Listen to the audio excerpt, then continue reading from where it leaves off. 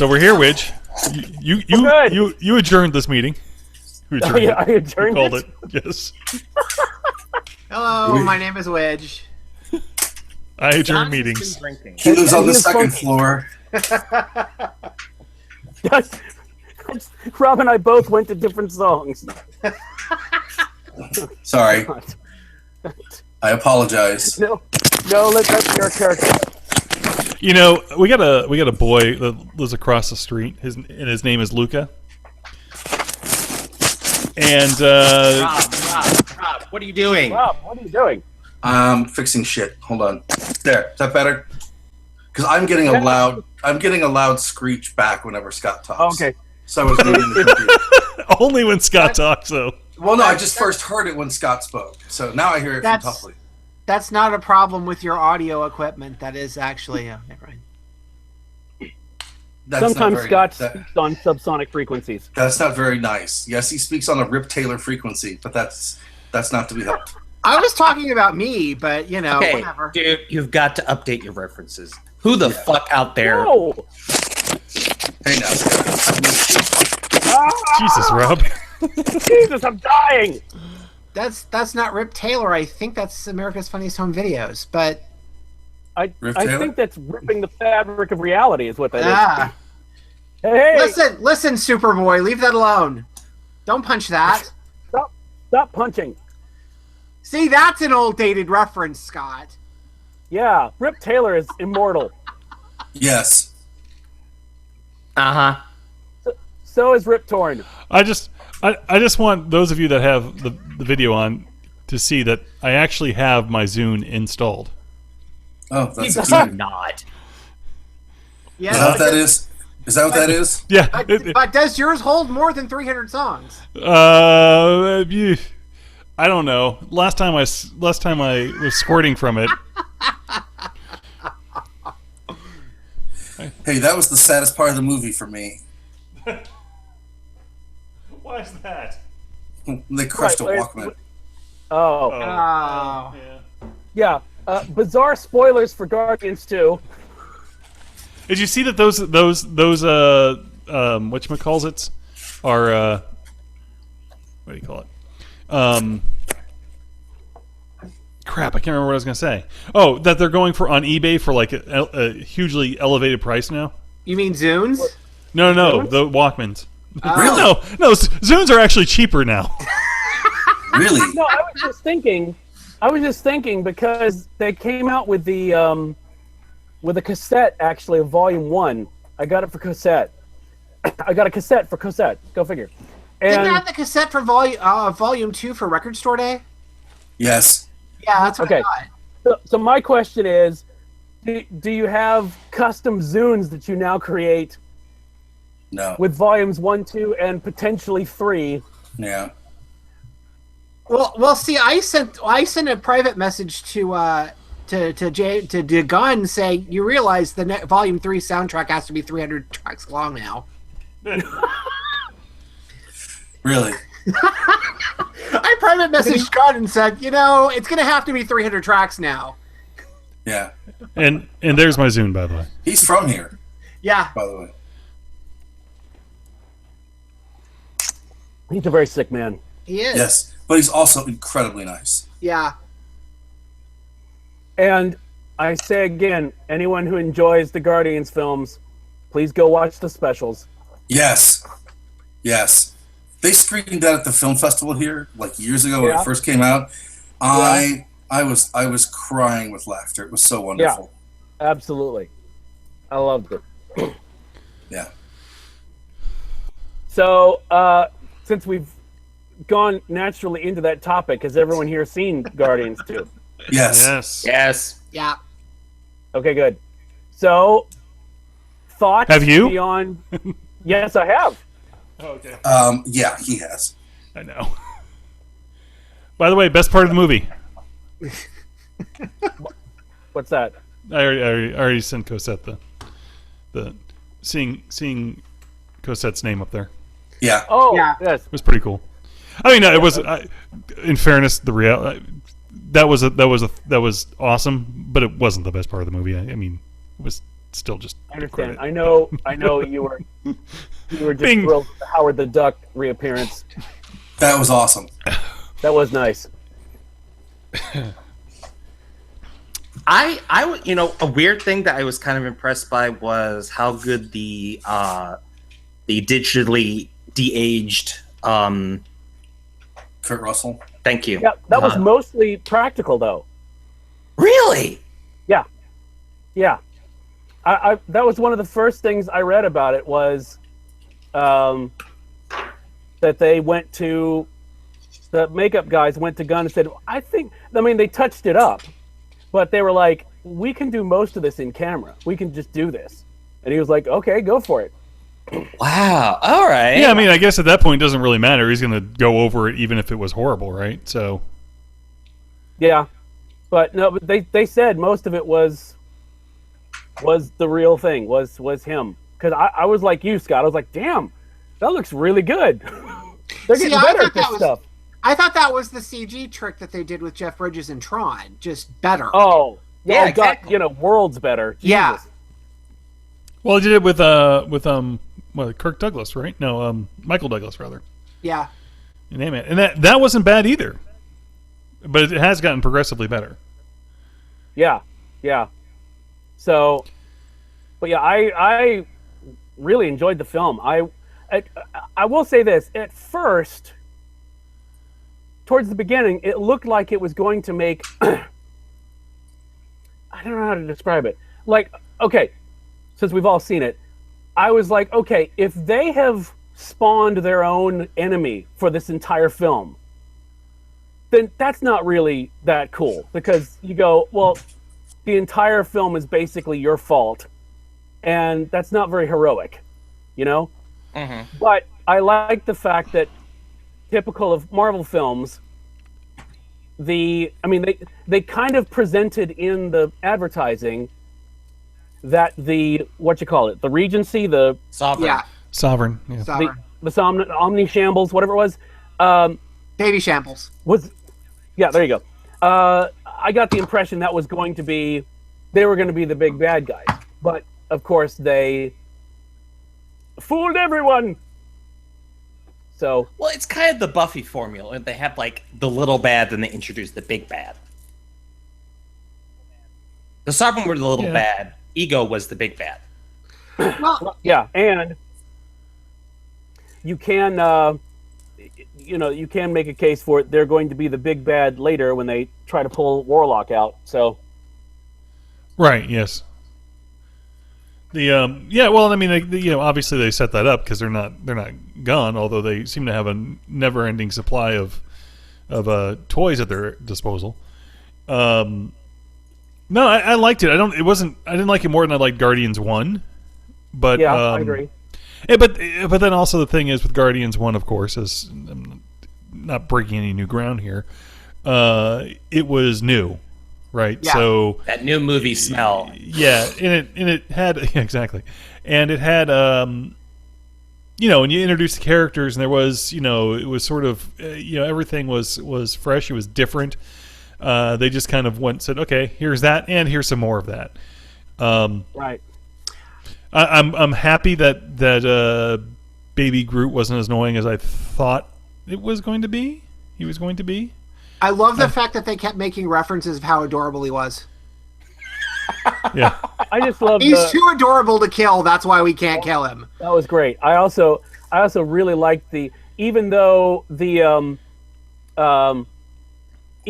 had the bit from the trailer where it's waving at Gamora, hi, that was still hilarious when it actually happened.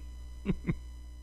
Which, again, Marvel seems to be good at is, we showed you this in the trailer, but it's still funny, even though you've seen it already. And I thought at first the tonal shifts were a little out of place until you get like midway through the film, and then it sort of makes sense. Yes.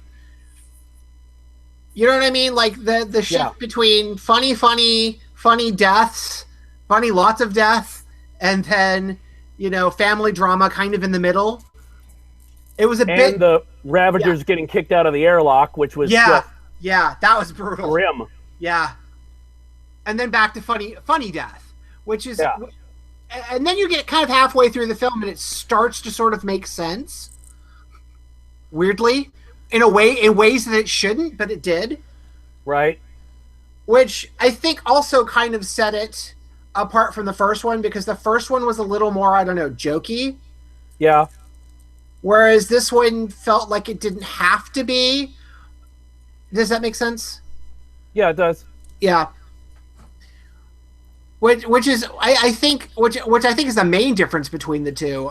That this one had maybe a slightly darker tone in places than the first one. Right.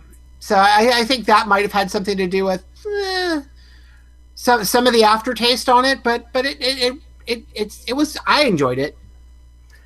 Yeah, I thought that, I mean, part of the thing about the Marvel films is that they at least try to do something different with each film. Yeah.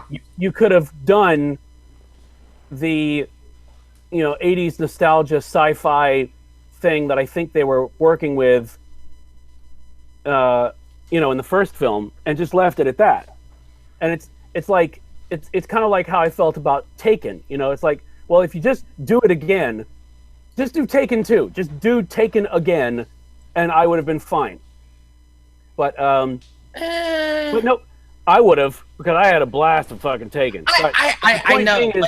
My point being is that they weren't content with that, and actually did a really good film about fathers, which kind of snuck up on you. At least it snuck up on me. I don't know. I mean, I agree. I'm just, it must be like for something that really kind of came out of nowhere, the success of Guardians. I mean, everybody thought it was going to be good, but it was really surprising. And then, Marvel says, do it again. And you got to be wondering, how it's got to be that balancing act of putting in new stuff to keep it interesting, but keeping enough of the stuff that people liked, and, balancing on that knife edge. And James Gunn seems to have managed it so far. And I was pleasantly surprised, and maybe it's because I didn't read like all of the casting stuff after a point, but I was really surprised by all the cameos. Yeah. Yeah. I mean, although if I don't like, Stallone, I kind of knew about Stallone, but that was the only one that I kind of knew about. Right, and his was more of an extended cameo anyway. Yeah. And well, first of all, I was not expecting the original Guardians to show up. The OG Guardians, yeah. Yeah. And I thought that the whole, again, another thing where I went, oh, we're doing that. The Hasselhoff joke was good, but the fact that they actually had him show up in a cameo, because I was like, oh, this is just the Kevin Bacon joke again. No, they kind of took it to the next level by having Ego change into Hasselhoff. Not only that, but then he was shot, so... Yeah. Which was really the best part of the film. Hasselhoff being shot. That and then Cosette's credit. I hope not in that order. No. Well, I mean, I gotta be honest. Yeah, probably that order. Well, then Hasselhoff is dead. I mean, really, that's... odds on a Hasselhoff appearance in Baywatch? Oh, that's happening. Oh, yeah. Oh, that's happening. Oh, God. How would you keep him out? Restraining order? Yeah, that stopped him. What, is he a producer on that? He's a producer on that film, isn't he? Is he? Yeah. I think so. I think he's one of the producers. He kind of has to be. Good question. Because which I'm gonna admit right now, I think I'm gonna go see. It just looks entertaining. I think you give The Rock I think you give Dwayne Johnson a bit of a pass. I think you go with that, because at least everything he's been in up to a point is at least either ridiculous or good or funny. It's engaging. Yeah. Because like I've seen the Fast and the Furious ones he's been in. Except for this new one. I haven't seen that one yet. But me neither. They're ridiculous and funny and stupid, and he's really actually he really kind of fits into those films. So It's like he should go into professional wrestling. he should. Huh. Oh God. So, Tuffley, at least on IMDb, Dwayne Johnson is an executive producer. Okay. Ivan Reitman is the producer. Okay. Eli Roth is a co-producer. Wow. No, that's really Hasselhoff. That's a scene that they haven't shown yet, where Yeah. everyone gets locked in underground. Amazon. Yeah. The Death Trap. Yeah. But yeah, no Hasselhoff up No here. Hasselhoff. Okay. Or it's uncredited. Or it's yeah. That's possible. But I mean, that, as far as producers go, normally they're very happy to have all of them on the. Yeah. Yeah. Okay. He very well may have cost too much too. Yeah. I can't imagine he's asking a lot right now. I'm pretty sure if you give him a unicorn Dude. prop, he'd be there. I don't know. Who were the other? Can we list off the other cameos or the other surprise cameos in Guardians of the Galaxy? Because I feel like I missed one somewhere. Michelle Yeoh, Right. Okay. Ving Rhames. Ving Rhames, Got that Miley one. Cyrus. Miley Cyrus. Yep. Whoa, I missed that one. What was she? She was the robot head at the end. When they had the OG Guardians, Oh, okay. Yeah, I missed that one. when they were all in the shot and the robot talk. Yeah. Okay, I missed that one. I didn't realize. I didn't put that together. Who else? Howard the Duck. Yeah. Well, Seth Green was Howard the Duck. Right. Cosmo appeared again. Yep. In the credits. In the credits. Jeff Goldblum was also in the credits Yeah, that was interesting. Yeah, I heard about that. I did not. as his That's Thor that. character, but he just But pops up in dancing. the background of the credits. He's Right. dancing in one of the little bubbles. Yeah.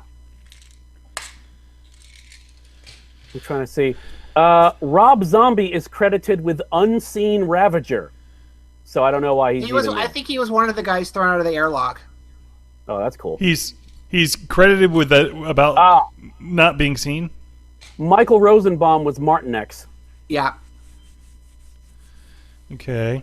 And I see what Stan Lee is credited as. Astronaut. Oh, really? I heard he was like Yeah. No, mentioned the as. Watcher thing is a theory. The Watcher thing is. Just, Oh, that's a theory. Okay. that's Oh, wait. What's the theory?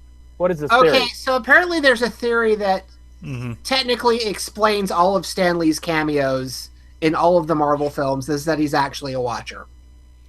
Or working Well, for them. and they sort of in his dialogue he sort of says that too. He says, "And then I was a Federal Express guy," is what he says. Yeah. So the theory is really that all of them are connected. All of the Stan Lee's appearances are all the same person. They're obviously all Stan Lee, but they're all actually even the same person in the Right. universes, in all the universes, because that would cross over into X-Men and Yeah. Spider-Man and everything else. And And actually, wasn't he the FedEx guy on? he was the FedEx guy in Avengers. Oh, it was in Avengers. Oh, okay. No, it was. I'm sorry, Civil War. Civil War. Civil War, yeah. Okay. Does he have a cameo in Logan? Has anybody seen Logan yet? Do we know? I didn't see a cameo from him in Logan. Okay.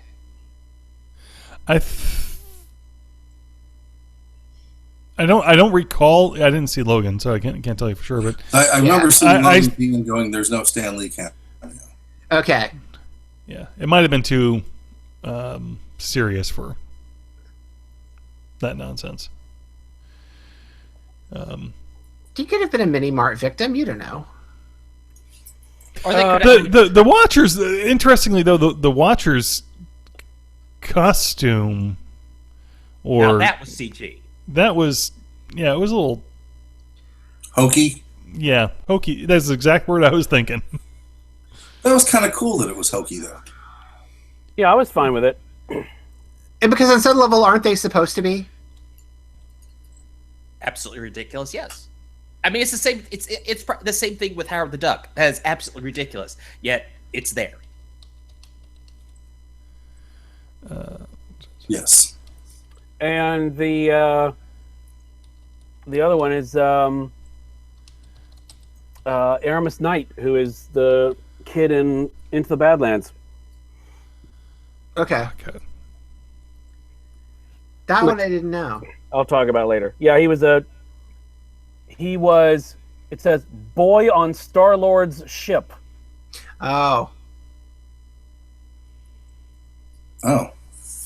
Yeah, I don't know. So, but yeah, no, I like. I'm kind of surprised. Yeah. Go ahead. I'm kind of surprised how they really tried to sell the Nebula switch. So simple. It's like, okay, we're sisters, we're good. You know, it was kind of fast for me, but that's okay. I don't know. It seemed like they still weren't No. in sync at the end either. I mean, they're still going to try to kill each other because that's what families do. Yes. That's what families are for. It's so true. It's so true. But no, I thought Michael Rooker was great in it. Yes. Especially. Although he's quickly running into a race with Sean Bean and who can get killed in the most franchises. Mary Poppins line just fucking slays me. It's not a spoiler for posting this a year after the fact. Yeah, pretty much. Sorry, people from last year. Go see the movie. I'm trying to think of what else. I thought the addition of Mantis was not bad. I thought that made sense. And I don't know. I actually kind of hope Sean Gunn's character sticks around because I kind of like him. Well, he sort of has an inside track. He does. No, but you know what I mean. It's the Ravager who's got Yondu's arrow. Yeah, but he also has no crew. Right? Well, I mean, he's gonna be there. I mean, because he's at least the physical stand-in for Rocket during shooting. So he's gonna be there. Yeah, you already got to pay him to be there. Might as well. Yeah. Indeed. That's the executive thinking. Well, there is that. But I really do like how this movie did give everybody some good, at least one good scene. You know, no one was really ignored too much. Yeah. Yeah, I especially love Drax attempting to be diplomatic. But there was also that scene where he talks about meeting his wife. I mean, that was really good. Yeah. He should try going into professional wrestling.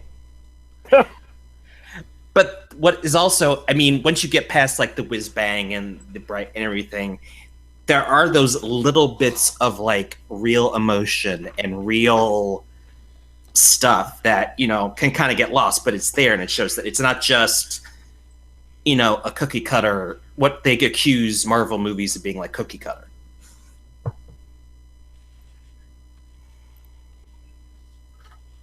Yeah. No, I agree. You sound uncertain.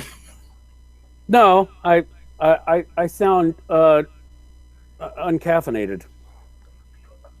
What? What happened? I got my. Are you okay? I'm working on it. Do we need to send help?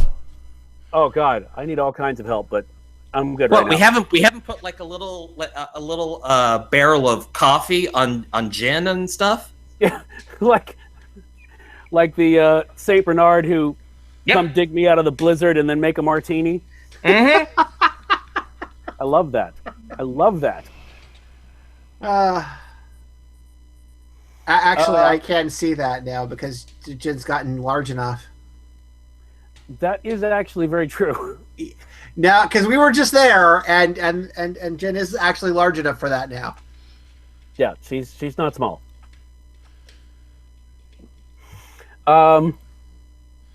Yeah, No, so I Guardians think- of the Galaxy, it was Yeah. good. Yeah, it was quite good. And Good start to the summer tentpole season. Yeah. Up Yeah, it next, really Wonder was. Woman. Yeah, Oh yeah, is that out? I'm really. 3 weeks, 2-3 weeks.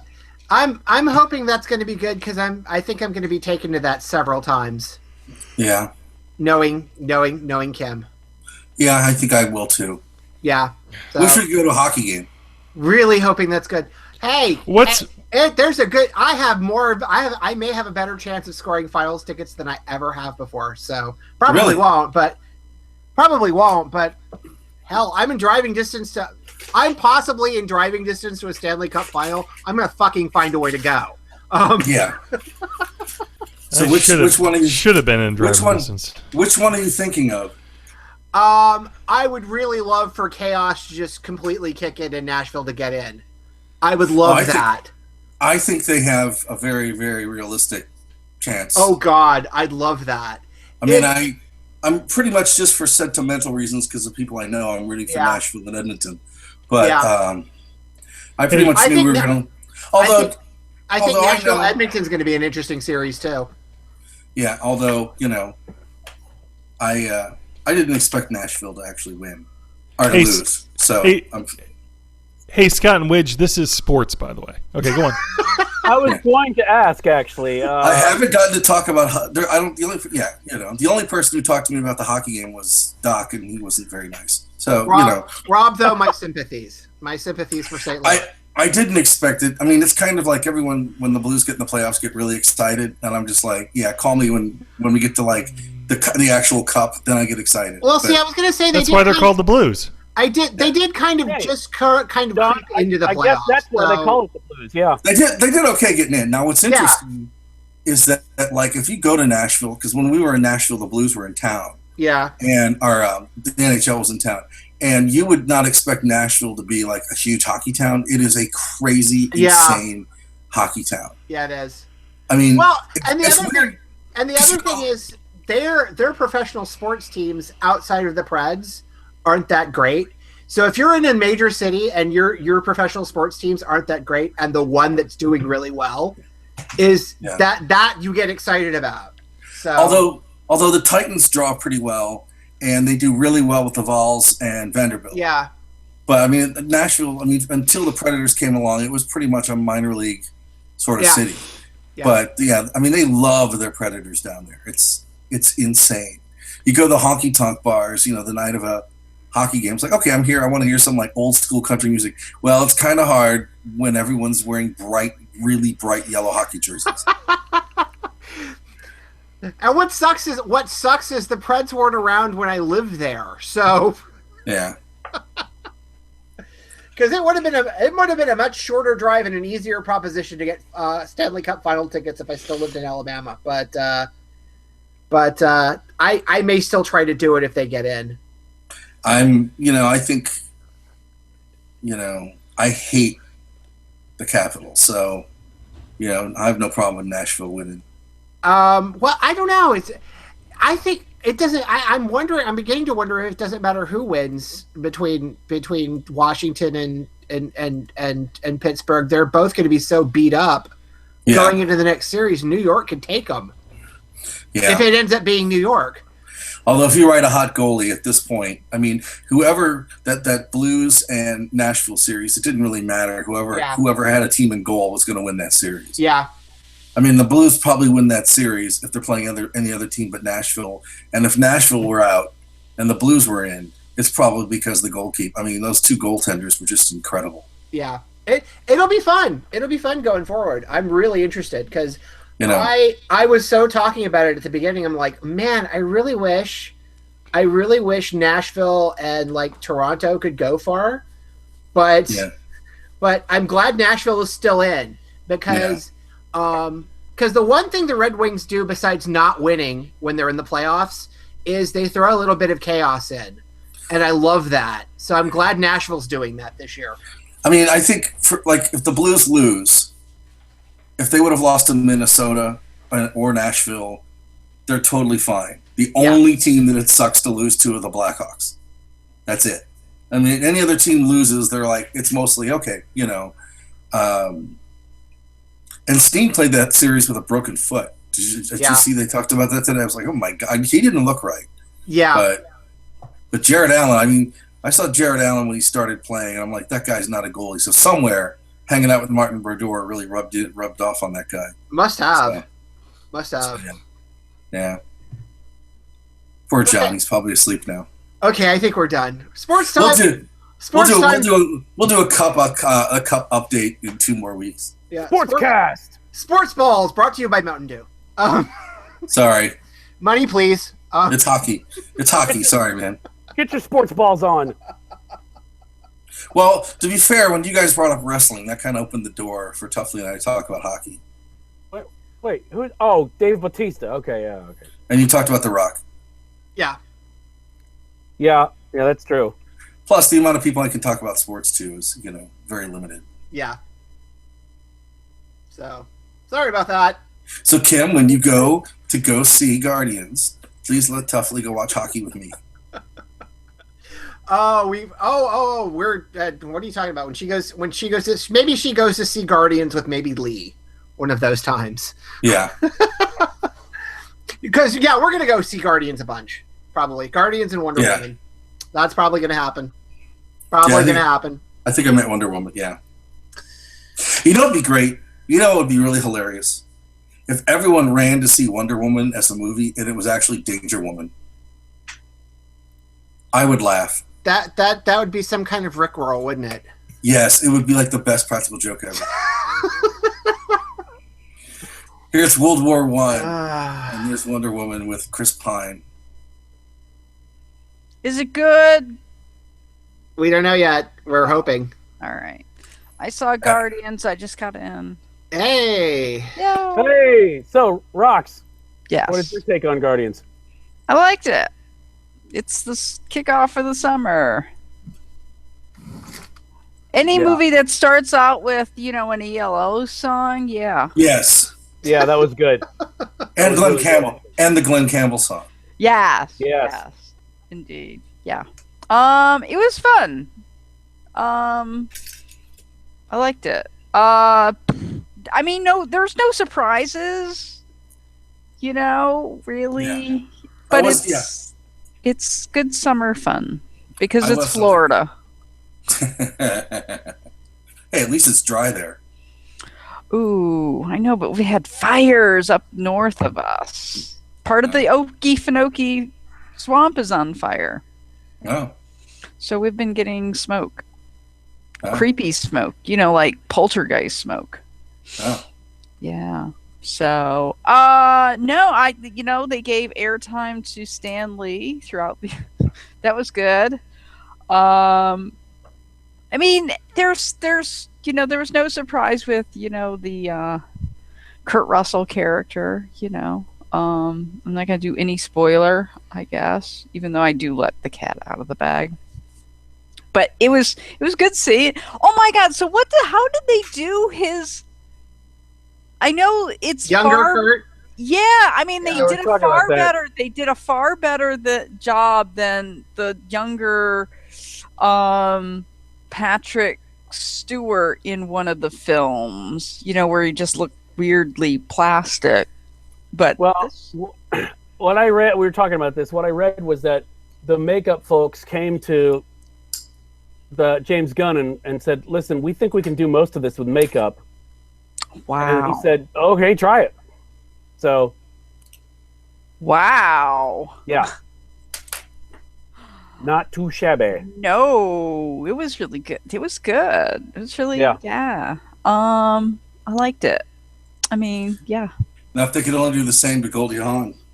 Oh. Too soon. That's a bad facelift. I'm sorry. Yeah. Just makes me sad. Is it really bad? Hers? Well, she's recognizable. That's one thing. Yeah. That's true. So better than Kenny Rogers. Mm. Oh my God, yes. Why? How bad is his? Oh Jesus. Oh my God. Really? I got to look it up now. Yeah. Hey, Rox, when you're bored, you could go to the website menwholooklikeKennyRogers.com. They give out prizes. Facelift. Well, we're gonna get a reaction shot. Yep, there it is. Oh. I You know. know who else? You know who else has really bad plastic? You know who else has bad plastic surgery? Is Daryl Hall. Really? I haven't seen him. Yes. He looks like Skeletor. I saw God. him on one of those documentary now. Yeah. On one of those where it was like this fictional band they were talking about, and he was on there, and I'm like, ooh. Him and Kenny Loggins both, Yeah. just a little too tight. Pulled the hair a little too tight. Wow. Whoa. Wow. Oh. What? Man. What did they do to his eyes? I make your eyes. I make your eyes. I make your It's like- eyes. It's suddenly like Rosemary's Baby up in here. Oh, what are you doing to his eyes? Oh my God. Oh, that's another one. Is they dropped the trailer for the new Blade Runner. Ooh, we didn't get that. We didn't get that. Only because I was like at my theater around the corner, so I could. Well, I didn't get it either, but I mean they dropped it, so it's like you can watch it on the computer. Oh. Yeah, has anyone Yeah, seen it besides me? Yeah, I've Seen what? seen it. Seen what? The Blade Runner trailer. 2049 trailer. Oh, I haven't seen it yet. I'm trying to see nothing about that till I go see the movie. I just want to go see it, Cole. Why? I have seen the trailer. I think Just I think because it I'm looks trying to do good. that with It Alexa. looks more interesting than you would think it would be, I guess. Okay. It doesn't give you anything. It doesn't give anything away. So No, if anything, it just makes you go, what the hell was that about? And you have Jared Leto in Crazy Contacts. yeah. And if you've seen Arrival, these aren't visuals you're not used to. So Yeah, I know. so basically, right now, all they're doing is playing up the fact that hey, the guy who directed Arrival, yeah, he's doing this, and that's about it. That's about all you get. Oh. Right. Yeah. Which is fine. Which is so far I'm still in. So don't give me anything else, Blade Runner. Yeah. Please don't give me anything else. Yeah, I'm fine with the whole crazy imagery, showing me who's in it, like Dave Bautista's in it as well. Yeah, You know, I'm fine with that, but not too much else. I don't need any plot stuff because the more you know about it, then you have to start going, oh no. It's fine. I'm good with not knowing. Exactly.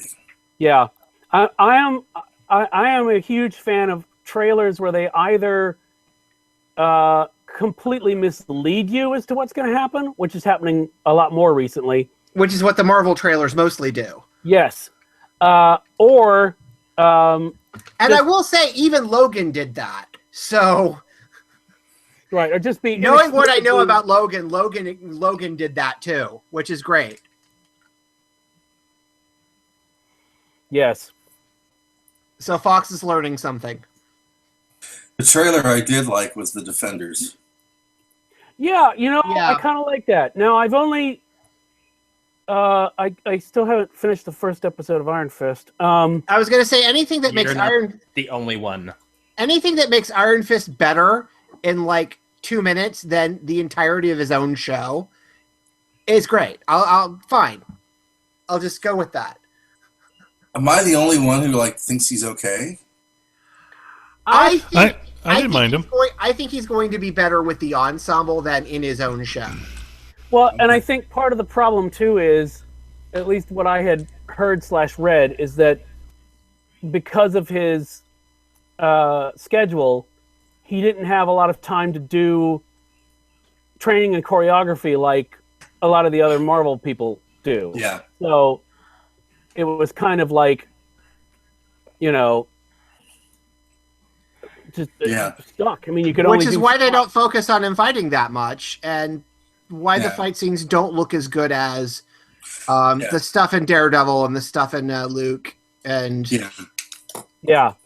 Well, I had his panel at Chicago TARDIS a couple of years ago because he was in the Sarah Jane Adventures, and he did a Doctor Who con, and he literally right before he went on stage, he's like, I got something big, I'm going to be late to the panel. And so after the panel, he told me, he goes, but he even said, I've got a crash course learned now all this fight choreography and stuff. So I wasn't expecting gangbusters, right?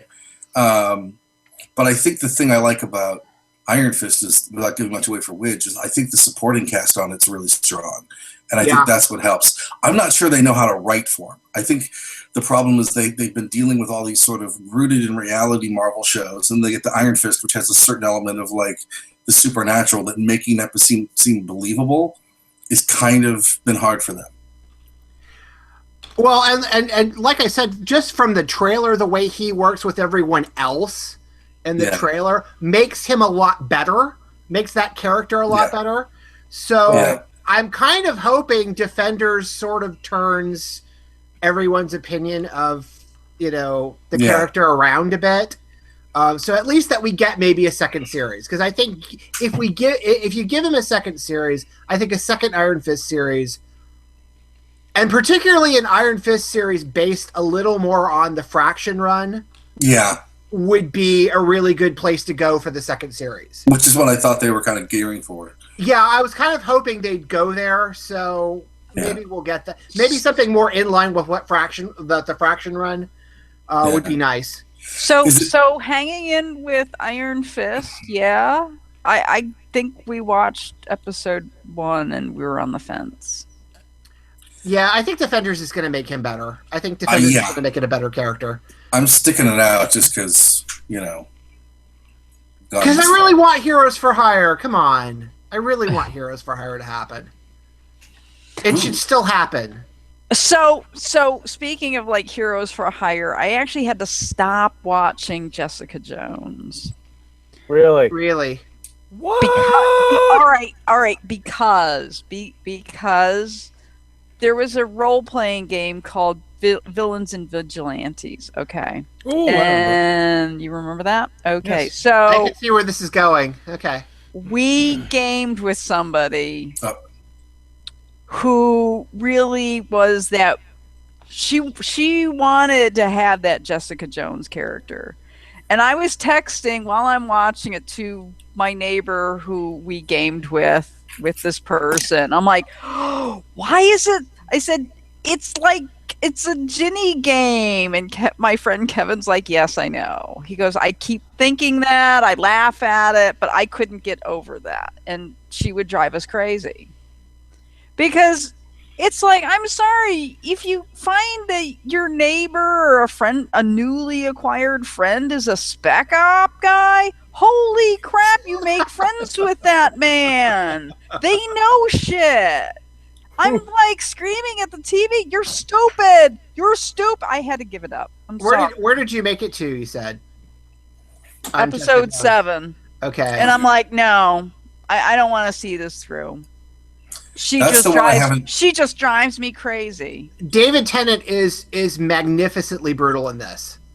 Yes. Well, here I have a problem with that too. He's just real. I thought he was really good in that. He's good. He's good. Yes. Villain. Shitty. He thinks small, or unless it gets bigger. But so far, he's just really. I don't think that's really the point of Kilgrave, though. It's subtle the way they're doing it, and I thought that worked out really well. Okay, I got to the point where he buys her house. I don't know what episode that is. Oh, you got pretty far then. Yeah. I got far, but I'm gonna have to take a step back because it's just like, oh my god, you're stupid. That's the one I haven't gotten to yet. All right. Oh, sorry, spoiler. That's okay. No, he's good. I just, if you could control people, I don't know. Well, I think the other thing is too. I think they needed to dial down some of the threats on the shows, Because if you don't dial down some of the threats, what are you going to do for Defenders? Because Defenders can't be as big as Avengers is, because Right. then you'd have to make a movie. That's You're correct. But I think, And the other also, thing- then you get the eventual question: where's Shield? Where's the Avengers? If it's like a big thing. they're in the Matrix. Thank you. But I've been loving Shield though, so I think. Well, we'll I go don't want back- to sidetrack. Don't want to sidetrack Jessica Jones. We'll go back to that in a minute. But but it's really he's really good in it, and it's a really dark turn, and it's really subtle the way he works, the way he does that. And really a bit of a mind fuck to know that as he was wrapping up that character, and you won't know this from the last couple of episodes, but as he was doing the last couple of episodes, he started working on DuckTales. So he was doing Scrooge and Kilgrave at the same time. Wow. Okay. That's a bit of a mind fuck. Yeah. Well, no, that's a jobbing British actor. I guess. You know. Indeed. But Shield, do we want to go to Shield now? I haven't seen Since all of it yet. Since but- I'm there. I Is haven't it- either, but I feel thought it free was to go for it. gone. I thought they canceled it. No, they're not. Well, I don't think they're going to cancel it. If they don't bring it back for a full 5th season, I think they're going to give it a short run.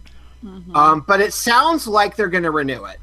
It sounds like they're going to give it. I can't a full see run. why at this point. I can't see why they wouldn't. Yeah.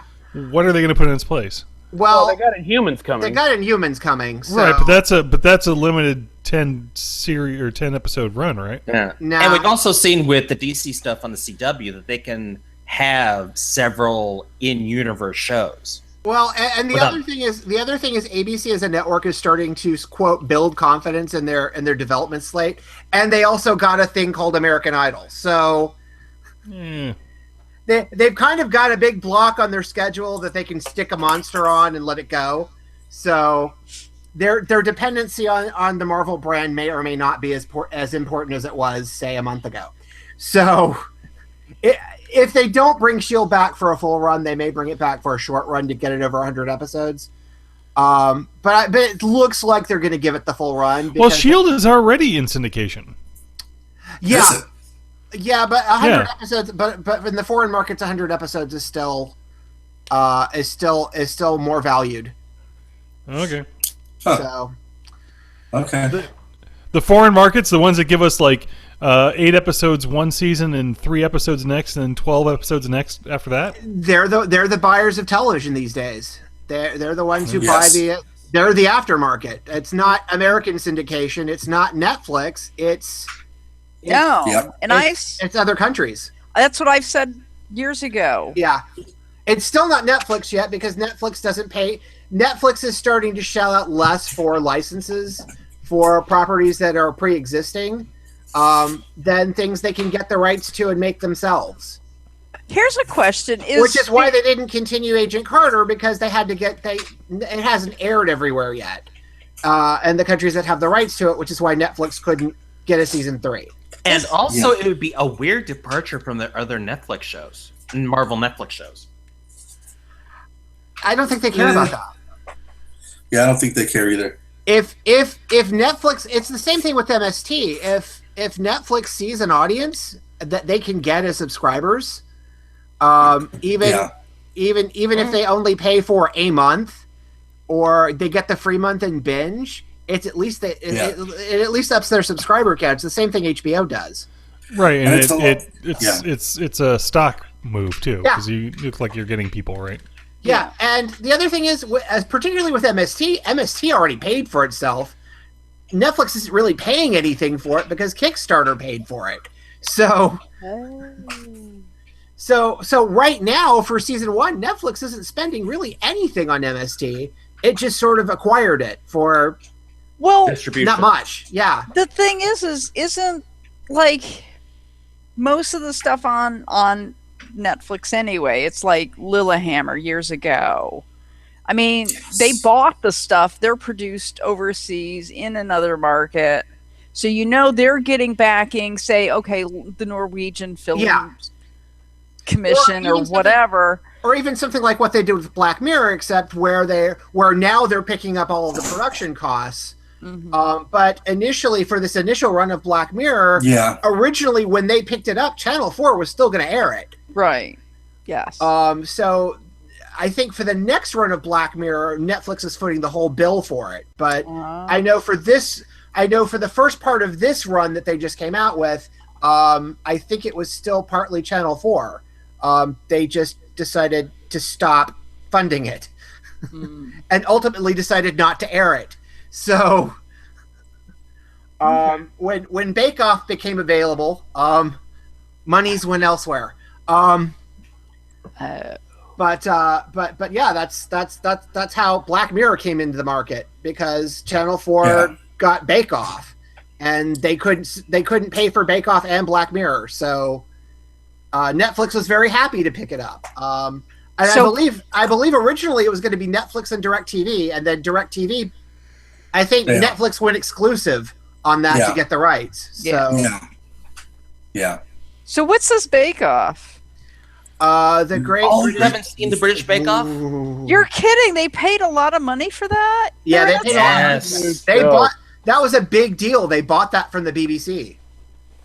It's a huge show over there. But really? Not anymore. Yeah, but it was. Okay. Everyone's kind of, Although, Okay. I watched a number of episodes. They're fine. But, I'm weirdly curious to see how the Noel Fielding led Bake Off's going to go, but I don't know if I'm curious enough to watch it. yeah, I don't know either. well, and it's Sandy Toksvig too, right? Yeah. Well, Sandy's great. Oh yeah.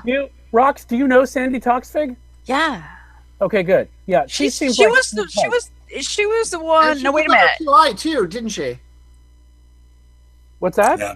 That was her hosting QI now, right? Oh yeah, Yeah. she's the QI host, and she's great. She was the one in Super Sizer Go, right? Or no? No, that's No.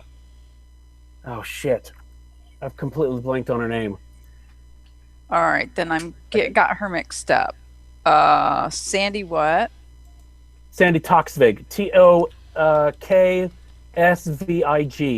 All right. Let me see. It is Sue Perkins, who was also in Bake Off. Okay. All right. Yeah.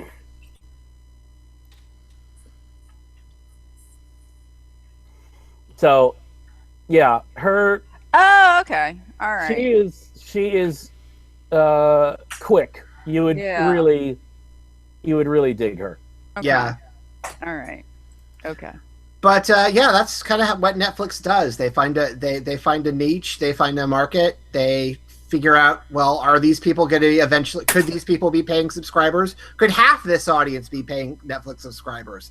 If so, they get the show. That's how that works. Yeah, it's going to be interesting to see how BritBox shakes this up, because they're digging now. They're going to start archiving they're unlocking all the archives, which is going to be great. Although, like I wonder, and what would be good is if they got the panel shows. Although that would be something we only care about. There's been a call for, because I had a survey from them about which panel shows. I should send it to Widge. Which panel shows do you watch, and etc. And if you get the British Netflix, they're on the British Netflix, so you can watch them that way. You can watch them that way. Yes. Wait, how do you get British Netflix? We'll talk later. Internet oh my God, trickery. that means I know, but that means I have to explain more to my boyfriend, who's an attorney with ethics. An attorney with ethics. I know. See, here's how you get This around is that. Speaking of which, Rox, do you need a reset? What's on? I mean, Anything? I mean, Leftovers. Game of Thrones. I'm good. Game of Thrones. What? It won't be until August, right? Right. Leftovers. They're all gonna die. That's what's gonna happen on Leftovers. It's They're all gonna die. a great show. It's a Spoilers, fantastic. They're all gonna die. They're all gonna die. They're all gonna die. They're gonna meet in heaven. It was all. A They're all dead. They're all stuck on an island. Well, what's Yeah, on? exactly. What else is on? Except the island is Texas and Australia. What else is on the home box office? Veep. It's like Calls the it. leftovers is like that one bit in the X-Men where Silicon Claremont Valley? took everyone to the outback. Yeah, what? Sorry. A dingo ate a baby. It is exactly that. Wow. Silicon Valley, Veep, Bernie Madoff thing coming on shortly. Oh, maybe that. I'll hit you up next time. Okay. Because I switched providers back. That's why. Did you? Oh. Yeah, that's why. All right. You got a year and a half to go before season 2 of Westworld. Year and a half. Oh, that's okay. She's already out. I'm already out. We're done. We're Okay. done. She Yeah. rocks. I think Rocks, I'm She's only at she's episode the one 4. person who didn't like Westworld. No, Hi. I'm getting there. I'm getting there. I'm out after 4. Really? Okay. Yeah. The only reason I'm sticking with it is because Widge said so.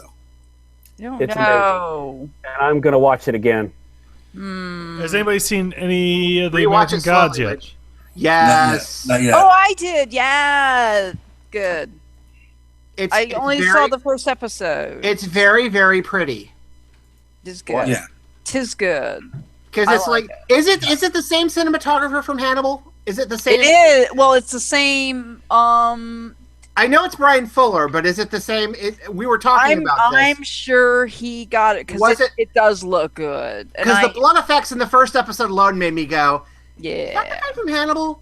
I'm sure. Yeah. and I it haven't- does look good. I haven't seen it yet, but everything I've heard is that Orlando Jones is like amazing.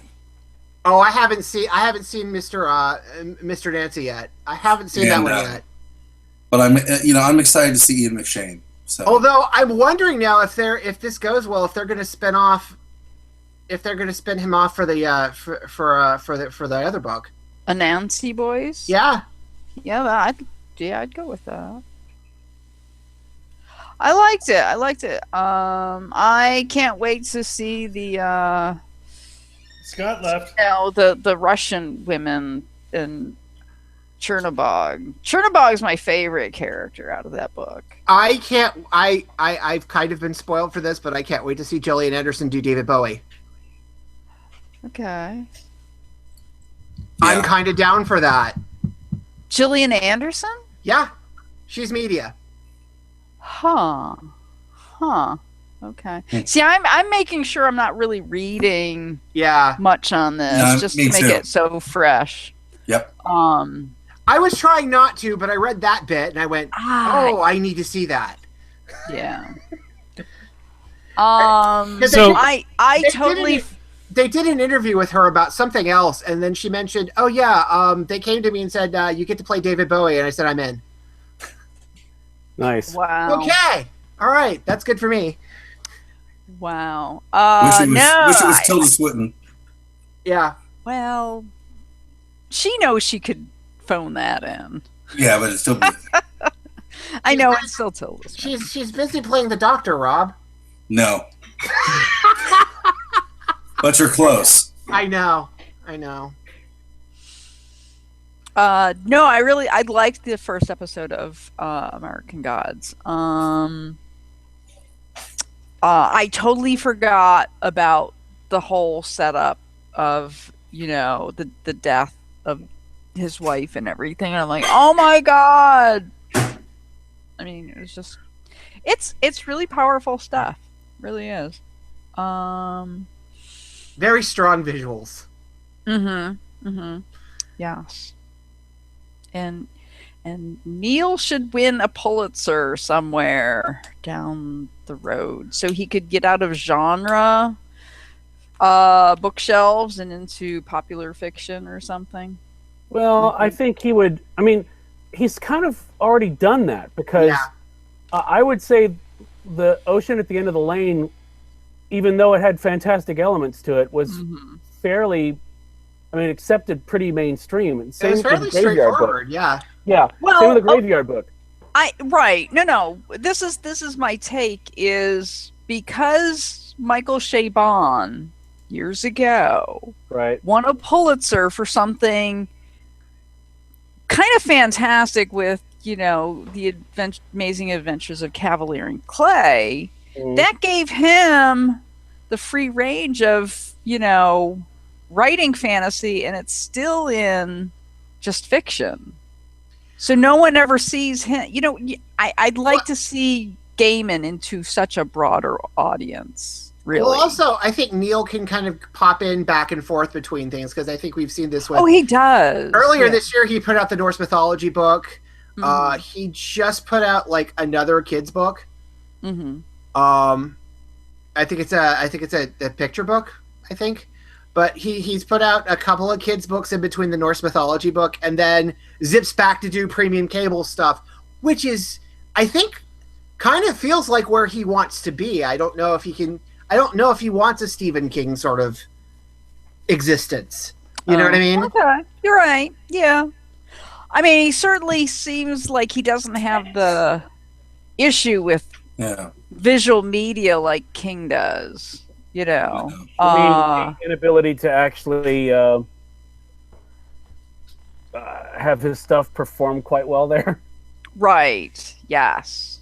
Yeah. And Of which I Oh, go also ahead. think Neil's still in that sort of end of the popularity or the following. I think Neil is sort of still in the end of not a whole lot of his stuff has actually hit sort of adaptation stage yet. So, you know, the following and the audience, there's still a bit of goodwill that'll follow him toward that stuff so far, whereas there's a lot of stuff that a lot of people who dug Stephen King very early on went to and were kind of disappointed at, and the quality level didn't really get consistent, I guess. Consistency of the quality level of the adaptations. Is that a good way to put it? Yeah. Where it sort of midland to disappointing results. So Neil hasn't had enough to go on screen yet to actually get to that point. So I think there's I feel like that may be a slight difference there, but certainly, you know, like I said, American Gods is visually great. It's very interesting. I mean, if like I said, if it is the same cinematography folk from Hannibal, it's gonna look stunning the whole show. The thing I kind of run into with Star shows, and maybe it's premium cable, but it's you know, it's premium cable slapped all over it. You know what I mean? Yeah. Which is what I'm afraid of every time I look at something like American Gods or like Westworld. It's sort of, oh, this is interesting, but it's going to have premium cable slapped all over it, which has its good points. It also has its bad points where, I guess, in terms of Westworld, where the same writing staff did a CBS procedural for a very long time. And that procedural was the best damn thing that ever aired on CBS. Yeah. But part of that was because those writers were constrained by network sensibilities in a way. And sometimes if you let the same writers cut loose on a premium cable scale, sometimes that doesn't always yield the best results. No, but I think I'm thinking you're John you're from right. Cincinnati and vinyl. I mean, you are onto something. Yeah. And when it comes to premium cable, to me, though, they have better toys. Meaning, That's true. Meaning, okay, as far as like writing, it's like, okay, premium cable, let's throw in the gratuitous stuff. But from a visual standpoint, for me, is you get a cinematic scope to it. And the thing is with Hannibal, achieved that on network television. Yeah, Hannibal was able to do that, and you know, you always wondered where the hell NBC censors were half the time, because there were other shows on that network that couldn't have gotten away with half the shit that they got away with on Hannibal. Right. Correct. Yeah. But because it was beautiful and because it was artistic, they made it look artistic. That's how they got away with some of that shit. Yeah. But again, it's sort of I sort of had this I have this kind of fear anytime I see like something like the Hannibal folks going to premium cable, it's sort of like, that's great for them, but sometimes you wonder, do you let them go? How far do you let them go? Where's the editing? Where's the that sort of thing?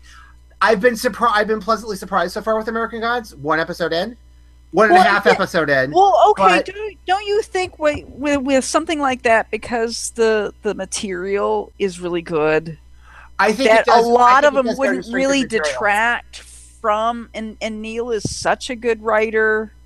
I mean, his books don't suffer sometimes the weight of a Stephen King book. Yeah. And I Whereas think- there's just so much sometimes in some of the stuff. It's just like, it's ponderous. I think it is going to be strength of material.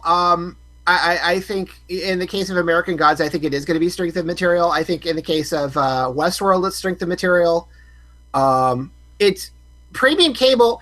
You can always do it, because my brain always goes back to like what HBO used to be, and which you'll get this too every time you see, like, the first time you see a nude scene in Game of Thrones, you kind of thought, oh God, this is going to be first and 10 medieval at the Ren Fair, isn't it? Oh my gosh. You know- Oh my gosh. Oh, thanks. Thank you. You're welcome.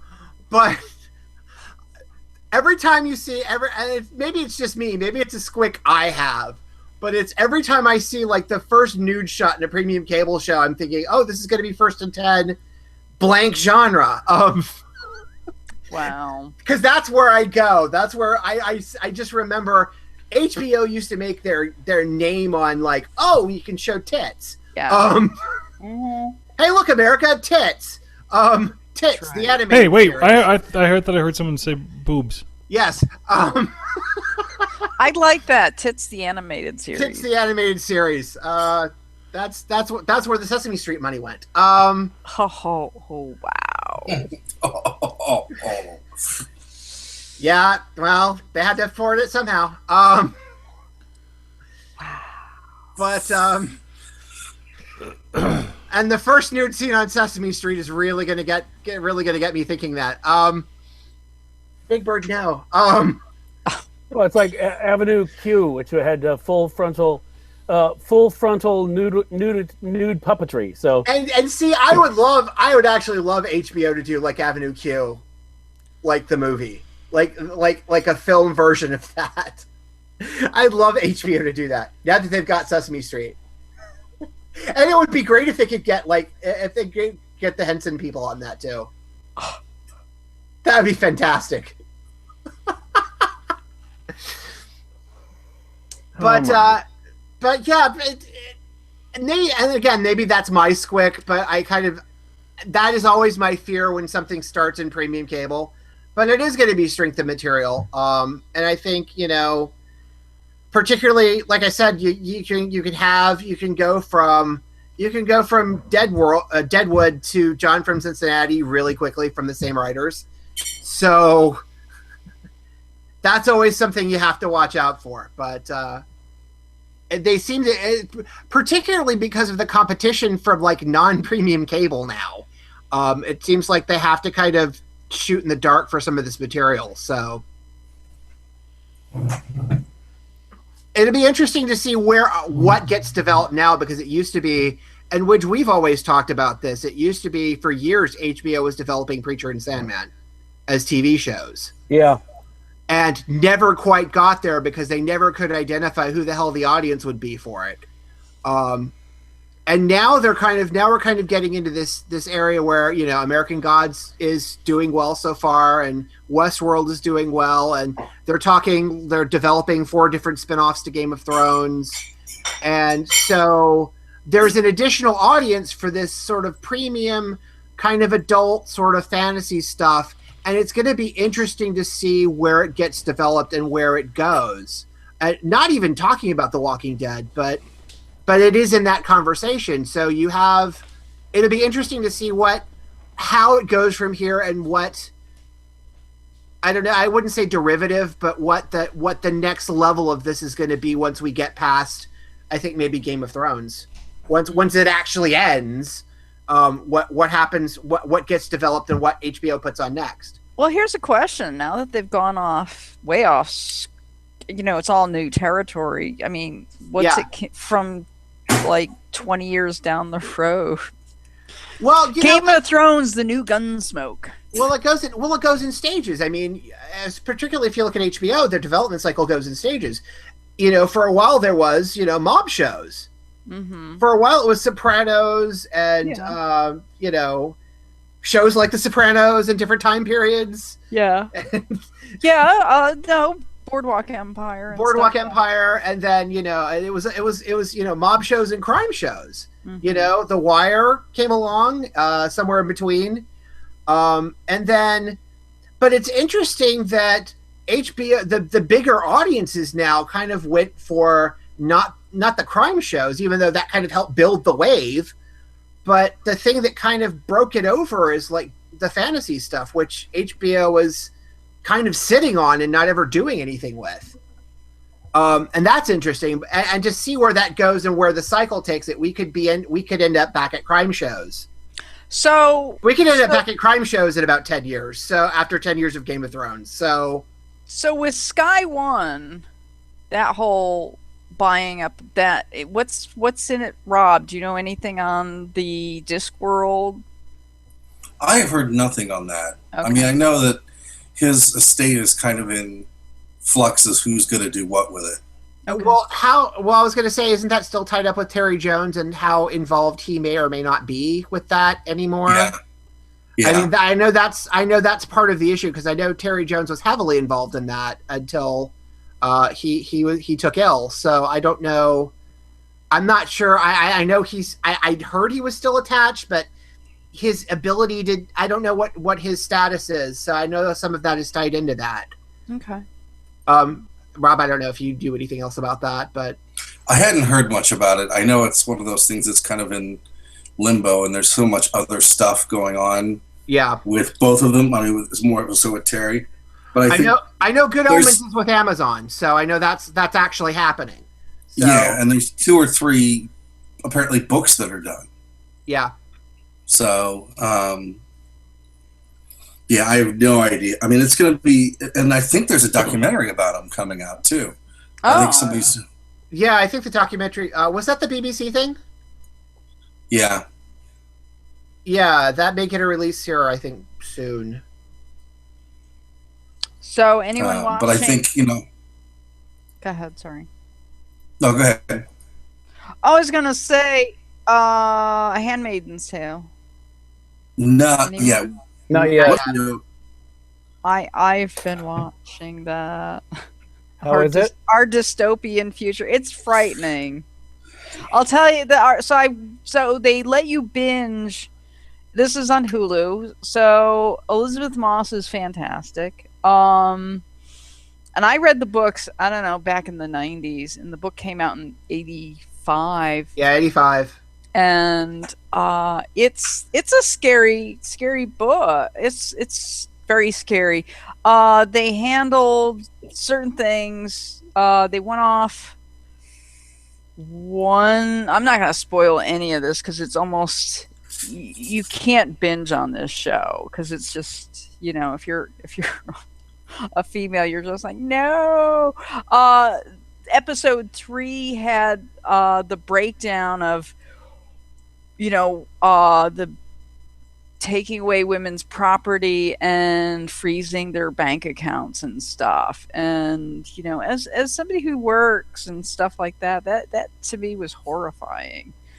There's a lot in it. And speaking of the cinematography of this, it's really cool, and how I'd love to know the process where they're filming and yet they saturate or filter a lot of the look. So yeah, apparently that's a very slow process, and they're still filming. Yeah. So the reds are very vibrant. Yeah. And everything else has like these tinges either of yellow every once in a while, of a lighter color or blues and stuff. So it's really... apparently the filmmaking process is, they're being very painstaking about it, and that's why they're still filming. They're not done with it yet. Mm-hmm. Wow. but I mean, it's striking. It's got Joseph Fiennes in it. He's the acting is fantastic throughout this whole thing. It's just, I don't know. It's one of those things. I think dystopian future is really one of those hard topics, and there's been constant articles, some comparing, Brave New World, where the dystopian future is pretty much, it could be like now. You're on your TV, you're drugged in, you're doped up watching television, and you're not doing anything, and you're pretty much programmed to do, make your lot in society type of a thing, and you don't really have freedom. And then you have Handmaid's Tale, which is totally strip all, freedom from women, and you see this collusion of certain women who subjugate other women to make this society go. So it's not like, hey, women, sister power or anything. It really is not. What I've heard is that it's really, really pretty, and it's really, really beautiful, but it's also like kind of in a way like Hannibal, but more hardcore. It's really horrifying. brutal. It's really brutal. So yeah. Yeah. It's horrifying. Yeah. Yes. Without, there is brutality in it, and it's I'm aware of the book. Yeah. Yeah. So it's one of those things. Do not binge this show. But it's funny that Hulu gave you the 3 episodes right off the bat, and now in order to hook people. And well, part of the reason, like I said, they're parsing it out because they're not done with it yet. Mm-hmm. But it's well, the thing is with Difficult People, with Hulu, I think they like the idea, because some of the stuff, like NBC stuff, they can't binge those shows because they're airing, and then they put them on.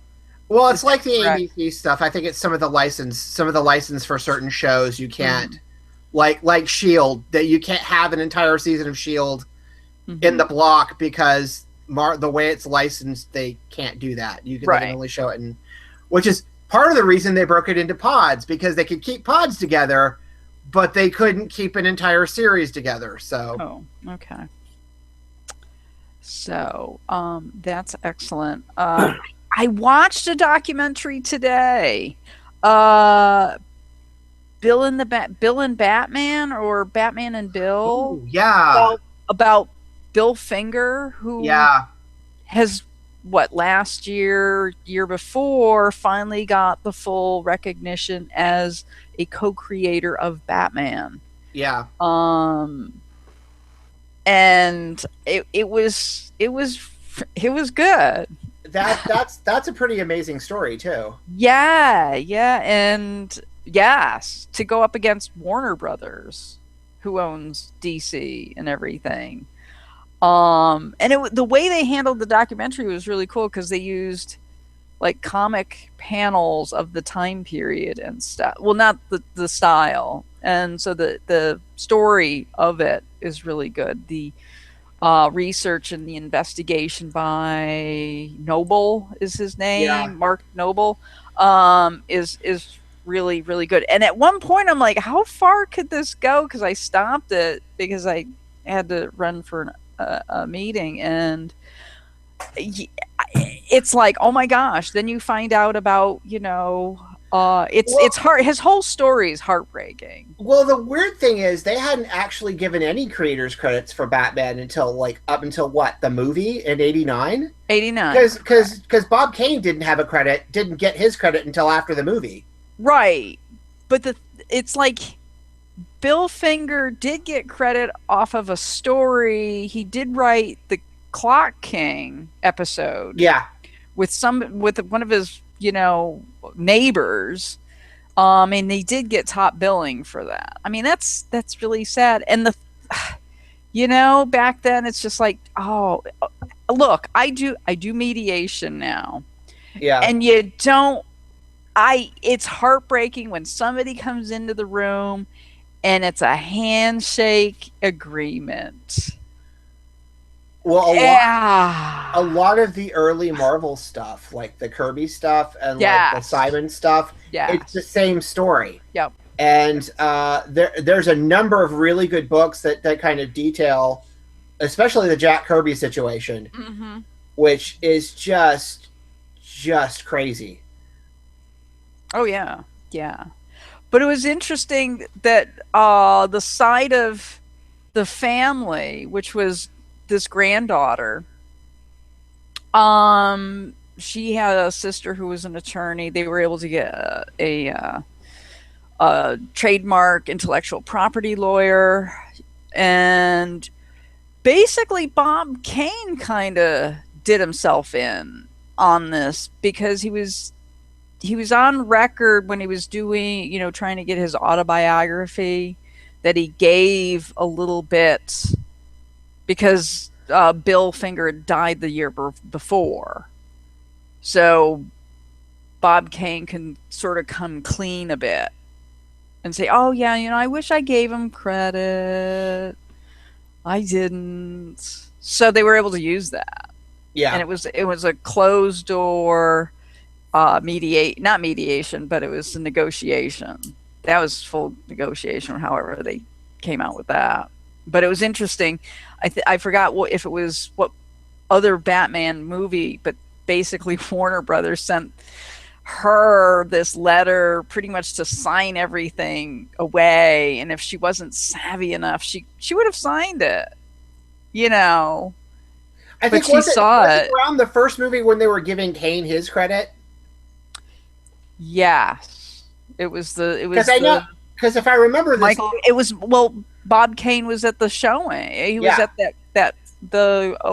opening of that. Yeah, because they had made a big deal of because I remember when I was buying the comics at the time, I remember what was it, Legend of the Bat or something like that, Legend of the Batman or something like that. It was the first new series they had in quite a while, and that one was the first one that actually had the Bob Kane credit on it.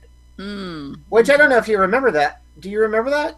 No. Yeah, I don't remember it. No. Because it was Legends of the Batman or something like that, and it was the first new series that had come out in a while. Legends of the Dark Knight? Legends of the Dark Knight, yeah. Oh, okay. And that was I seem to recall that.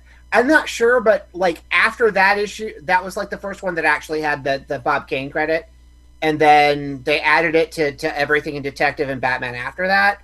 But it was around the time of the first movie, I think.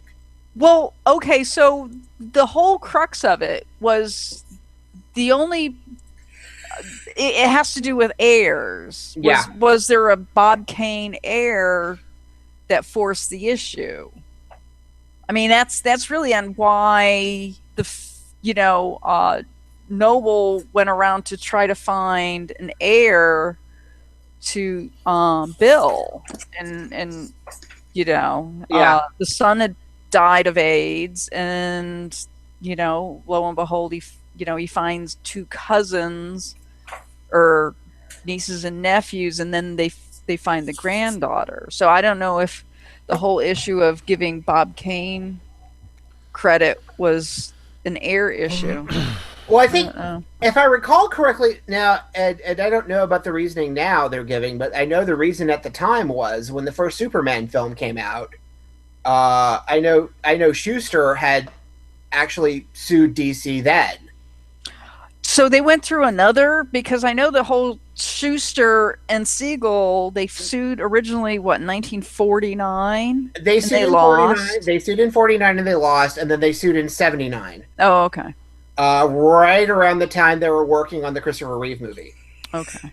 And or 79, it was right around the first Christopher Reeve movie, and they sued, and that's when they actually got their credit in the comics and in the movie, because I guess that time they had won the suit, but they had made an agreement for future rights, that sort of thing, which I believe didn't somebody's heirs actually re-sue, because that was part of the reason it has something to do with the character redesign during the New 52, where they had to, part of it was a character design issue. or they had changed the costume partly to stave off a suit, Oh. if I remember correctly. But There's a way to get around it. They will. yeah.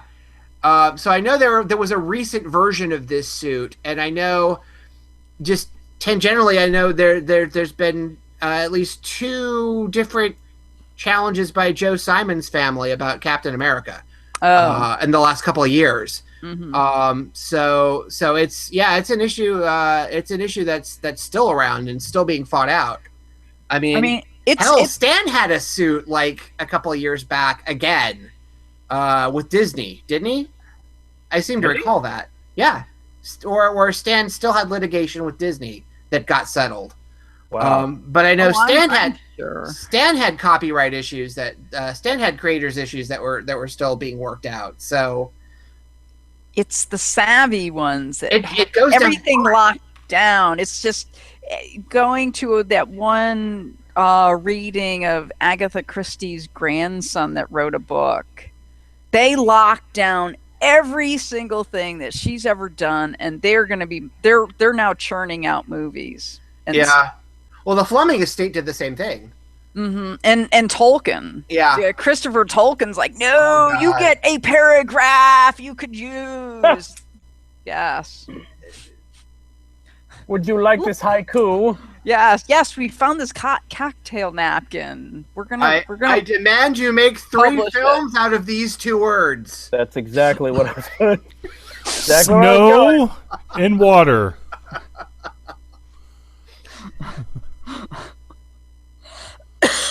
Well, talking about Game of Thrones, am I the only person watching Into the Badlands? I am behind on I'm the season. kind of watching because I know Nick Frost is on this season, so I kind of have to. Yeah, I know. That was my take on it. What is this show? What is it you're talking about? Okay, basically, AMC has a show called Into the Badlands, which is rocks. The way I described it is, imagine a couple people who grew up watching in the 80s both kung fu movies and post-apocalypse movies, and decided to use that and create a Game of Thrones show. It's not written by any member of the Wu-Tang Clan, surprisingly. That's Huh? Who Yeah, has this?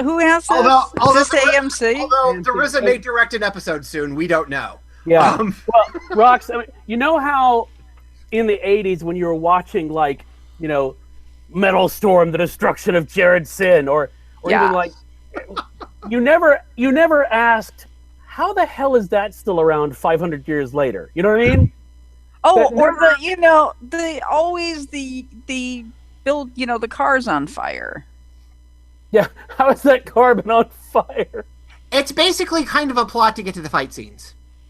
Yeah, and they just basically said we want to do a badass martial arts series, and And the fight scenes are spectacularly they're good. wonderful. Daniel Wu, who is the star, who's one of the producers, is fantastic. And here's the thing: they all play it completely straight. Yeah. They break out wire fu, but they're playing it totally serious, and that just sells it. So Daniel Wu is great. He's stoic and a badass. Martin Sokas, who is I think from Australia or New Zealand, is playing. Just imagine, Rocks, if you will, a deranged southern plantation owner who is a post-apocalyptic baron. Wow. That nails it, actually. And you've got when Nick shows up, it is great. It's wonderful that he's there. There is a scene that opens an episode where he and Sonny, which is Daniel Wu's character, they're walking along a road, and it's the old thing of you're coming in on the end of the story, right? Mm-hmm. So he says something like, the episode starts. Oh, and then I woke up completely naked, and I couldn't really remember what had happened the night before. But you only have an 11th birthday once. And I'm thinking, surely Nick improv that, and I bet there's 15 other versions of that There must be. You know what I mean? It Yeah. just screams. Yeah, I totally just made that shit up. But literally, there's like literally 15 plot lines going on in this show, and none of them make any sense. But fight scenes are great. Oh, the fight scenes are amazing. Basically, in the first episode, Rox, you had people doing wire fu with swords on top of a classic automobile in the rain.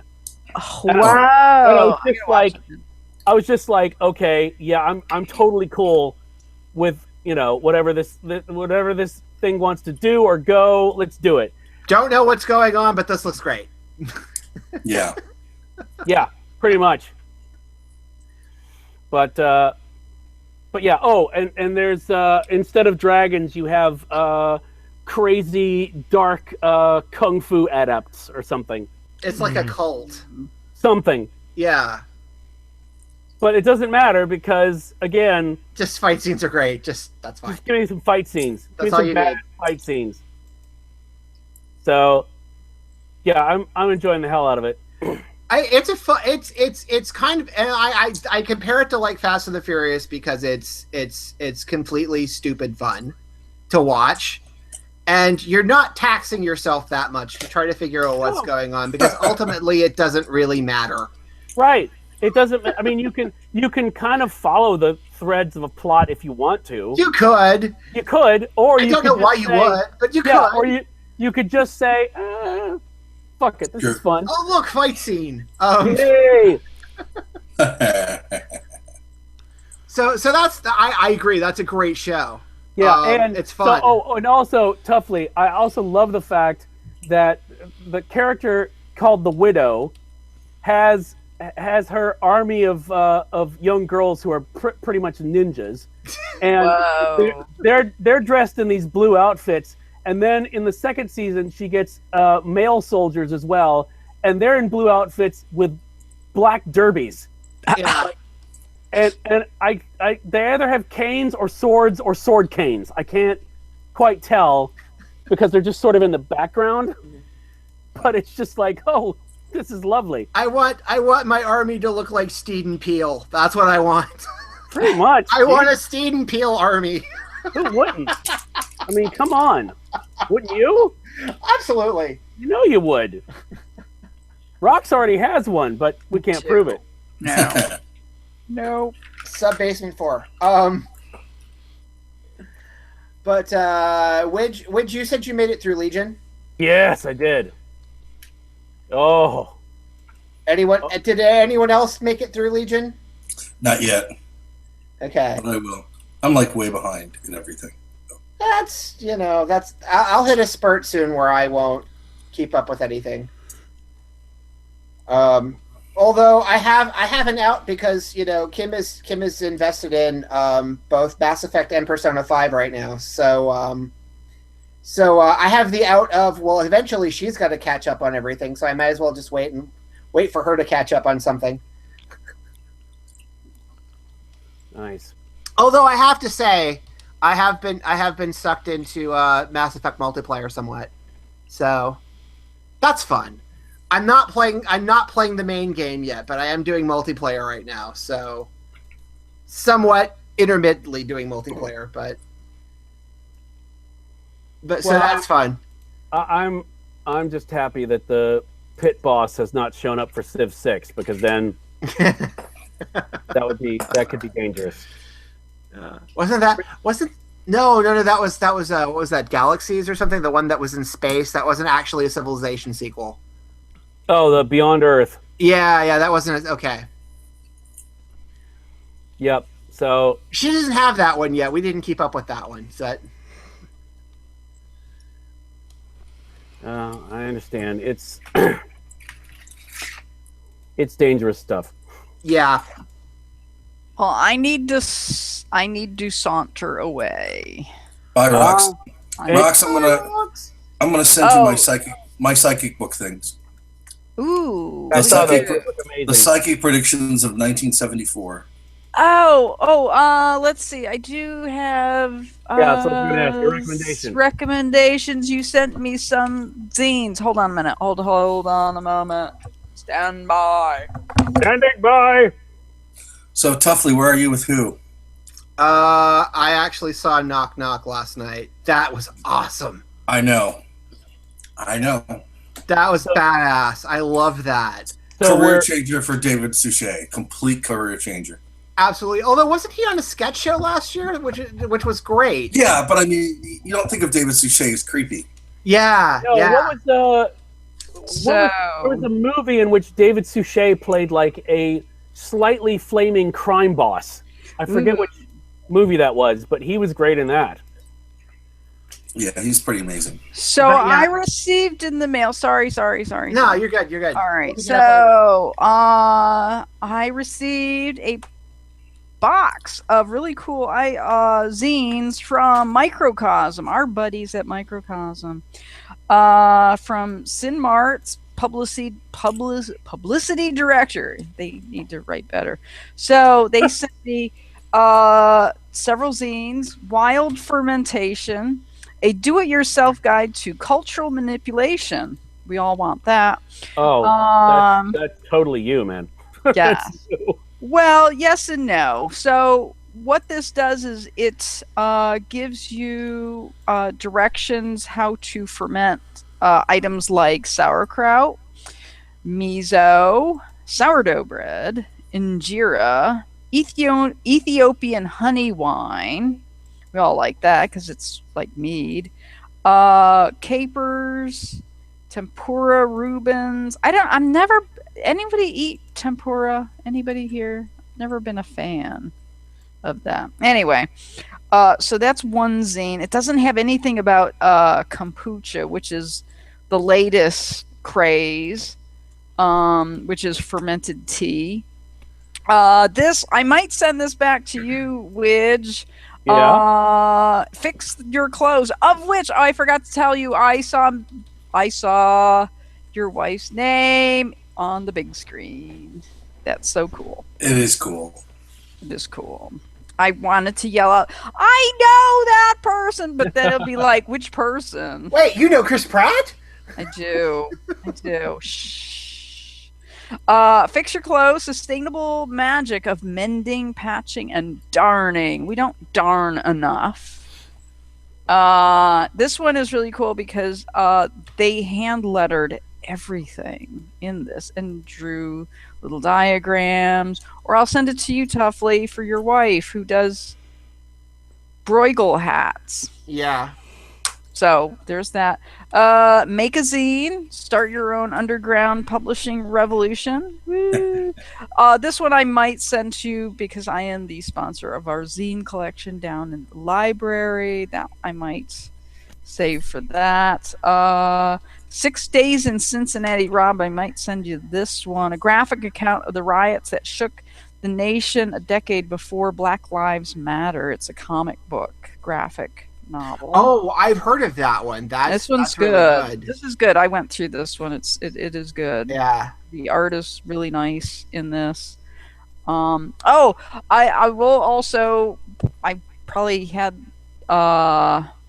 recommended this some time ago, but my book club on last Wednesday was graphic novel, and I recommended to a bunch of people that really never read a graphic novel, From Hell and Hellboy. Oh, So the first one. Nice. And Indestructible, I might send this over to our Jasmine, which is growing up queer, Cuban, and punk in Miami. So this is appropriate for here in Florida. So that is my thing. And I'm so close to being a Florida Supreme Court certified county mediator. Scary, people. Scary. They like me. I'm good with difficult people. well, I it's- mean, you've been on this podcast for forever. It's the Zeppelin. It's intimidating. It's yeah, which I think that all of us deserve a little bit of credit for that. Yeah. Yes, you do. Well, On so many levels, yes, you guys do. She's been practicing on us this whole time. well, Widge, what was that I told you? We were your training ground for being heckled by Mel Brooks. So It's so Yeah, true. but here I have to be impartial and non-judgmental. Uh-oh. Oh well, then never mind. We take back any credit that we had. Well, It's the there you Zeppelin, it's a go. Tibbet. It's the Zeppelin. Yeah, indeed. So I this Thursday might be my first co mediation. So supervised co-mediation. So this is with a real case in front of a real judge. Dun, dun. It's where they let you kind of fly Wait. a plane. Wait, Sir. you're mediating in front of a judge? No. Yeah. Oh. No. I'm just giving myself, a tune. Her and Doug Llewellyn. Yes. hey, I hang out with bailiffs and stuff and go down to the courthouse. So, yes. There's a punk band called Rusty the Bailiff. Is there? Okay. Yeah. There is a band called Run DMT. Yes. I quite like. All right. So that I'm done. Okay. Ting! Thank you. Bye, kids. Bye, All Rox. right. Bye. All right. What else? So, I don't know. Do we want to go Shield or who next? Either way, you're welcome to talk about either. We'll go with who first, since that's what we were kind of talking about while Rox was getting her thing. That's the most recent one. I'll remember what I said about Shield in a minute. Excuse me. But I don't know, Rob. What do you think of Bill? I like Bill. Yeah. The interesting thing about Bill is that I've heard people complain they don't understand what she's saying. And I'm like, really? We're dealing with this accent. I mean, come on. But Please share them first season rows. Please put Yeah, I first know. season rows in front of them. I know. And now there's kind of a backlash as well that there shouldn't be because Americans are stupid. But they'll get over it. So I think she's great. And I think the thing that's nice about it is sort of they sort of took off all the restrictions they put on the other companions, and that she's sort of like, Well, she's not Doesn't a have a mystery filter. to solve. She's not a mystery to solve. She's actually a person. yeah, and Which is there's nice. and there's no filter, Yeah. But I was really surprised in that we're only we're getting ready for episode 5, Yep. and her chemistry with Capaldi after 5 episodes is already, at least to me, better than just the entire season series. Yeah, and I don't know. We've talked a lot about this, and I remember even Wedge sort of mentioned, how good season 5 was, and the reason season 5 was so good was because they had 2 years to write it. You know what I mean? Yeah. And it feels like this is. I don't know if it's as good as series 5, but he's had the same ramp up, and they've all been pretty good so far. So Yeah, and he or at least didn't the have writing- Sherlock. yeah, and they didn't have Sherlock to completely do, and I think And other him not writers, writing. him not Yeah. writing all of it, yeah, I think is also Yeah. also good. But yeah, I like Bill. I think Pearl's doing a really interesting job with building her up. I also like Matt Lucas is great. Matt Lucas is great, although hopefully starting with the next episode we kind of get some idea what the hell's going on, because his appearances are a little brief and we're not really sure what's going on, and I don't know if I think that's good.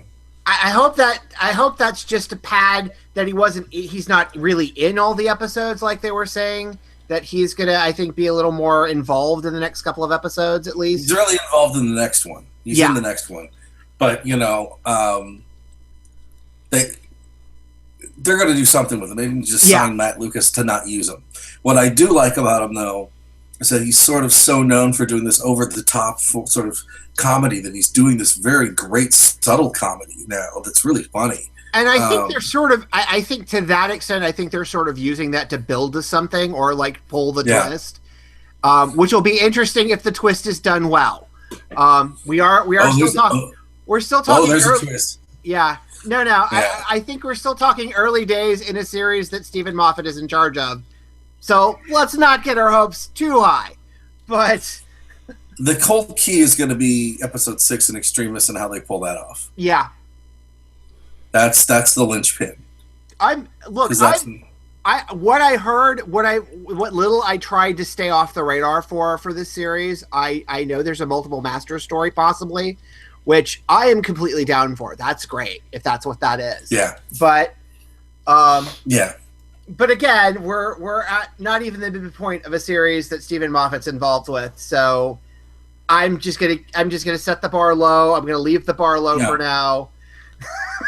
Well, the thing that I think I'm happy about is sort of when they were doing it when they brought in John Sim, he sort of said, I didn't like how he was written last time. I'm going to do this my way. Yeah. And so John Sim sort of getting to be John Sim crazy, I think will really work. You know what? I've actually liked him on The Catch. Yeah. Oh, I've liked him in everything he does. Yeah. I just don't think Russell Davis wrote for him very well. They made him so over the top that it kind of. And I think we're going to get a double regeneration. Yeah. Because I think Moffat's that much of an ego that he. Yeah. But double regeneration. Yeah, like the master will regenerate at the same time the doctor does. Oh, gotcha. Somebody wake up, John. I'm here. Okay. We'll get to S.H.I.E.L.D. now. Somebody wake up, Hicks. But the thing is like Capaldi is so good. I just don't want to see him go because he is clearly so. His acting and his just ability to own a show is so amazing. You know what I was watching the other day? I started watching the Punk Britannia documentary series.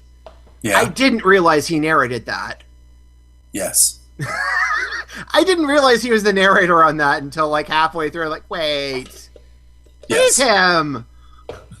Yeah. And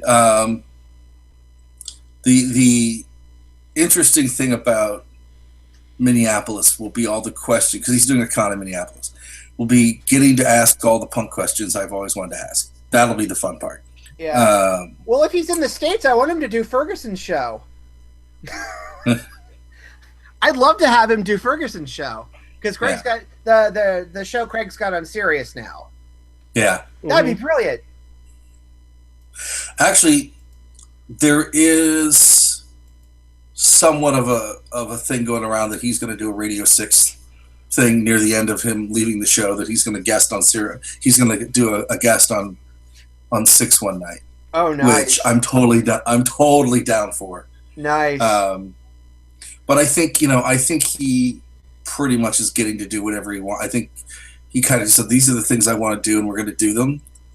And I think it's sort of it's a combination of watching an actor just have complete fun in doing the show, but also he's just really good. I mean, even if you don't, the thing about the first season of Capaldi, he was great with shit scripts. Second season, he was still great in better scripts, but now he's got really decent scripts and he's still amazing. You know? All of the episodes so far have been really, really good. I didn't like the emoji one. You didn't like the emoji one. I think that one and the one that just aired felt the most like Classic Who than anything. Yeah, in, I mean, I the did newer series.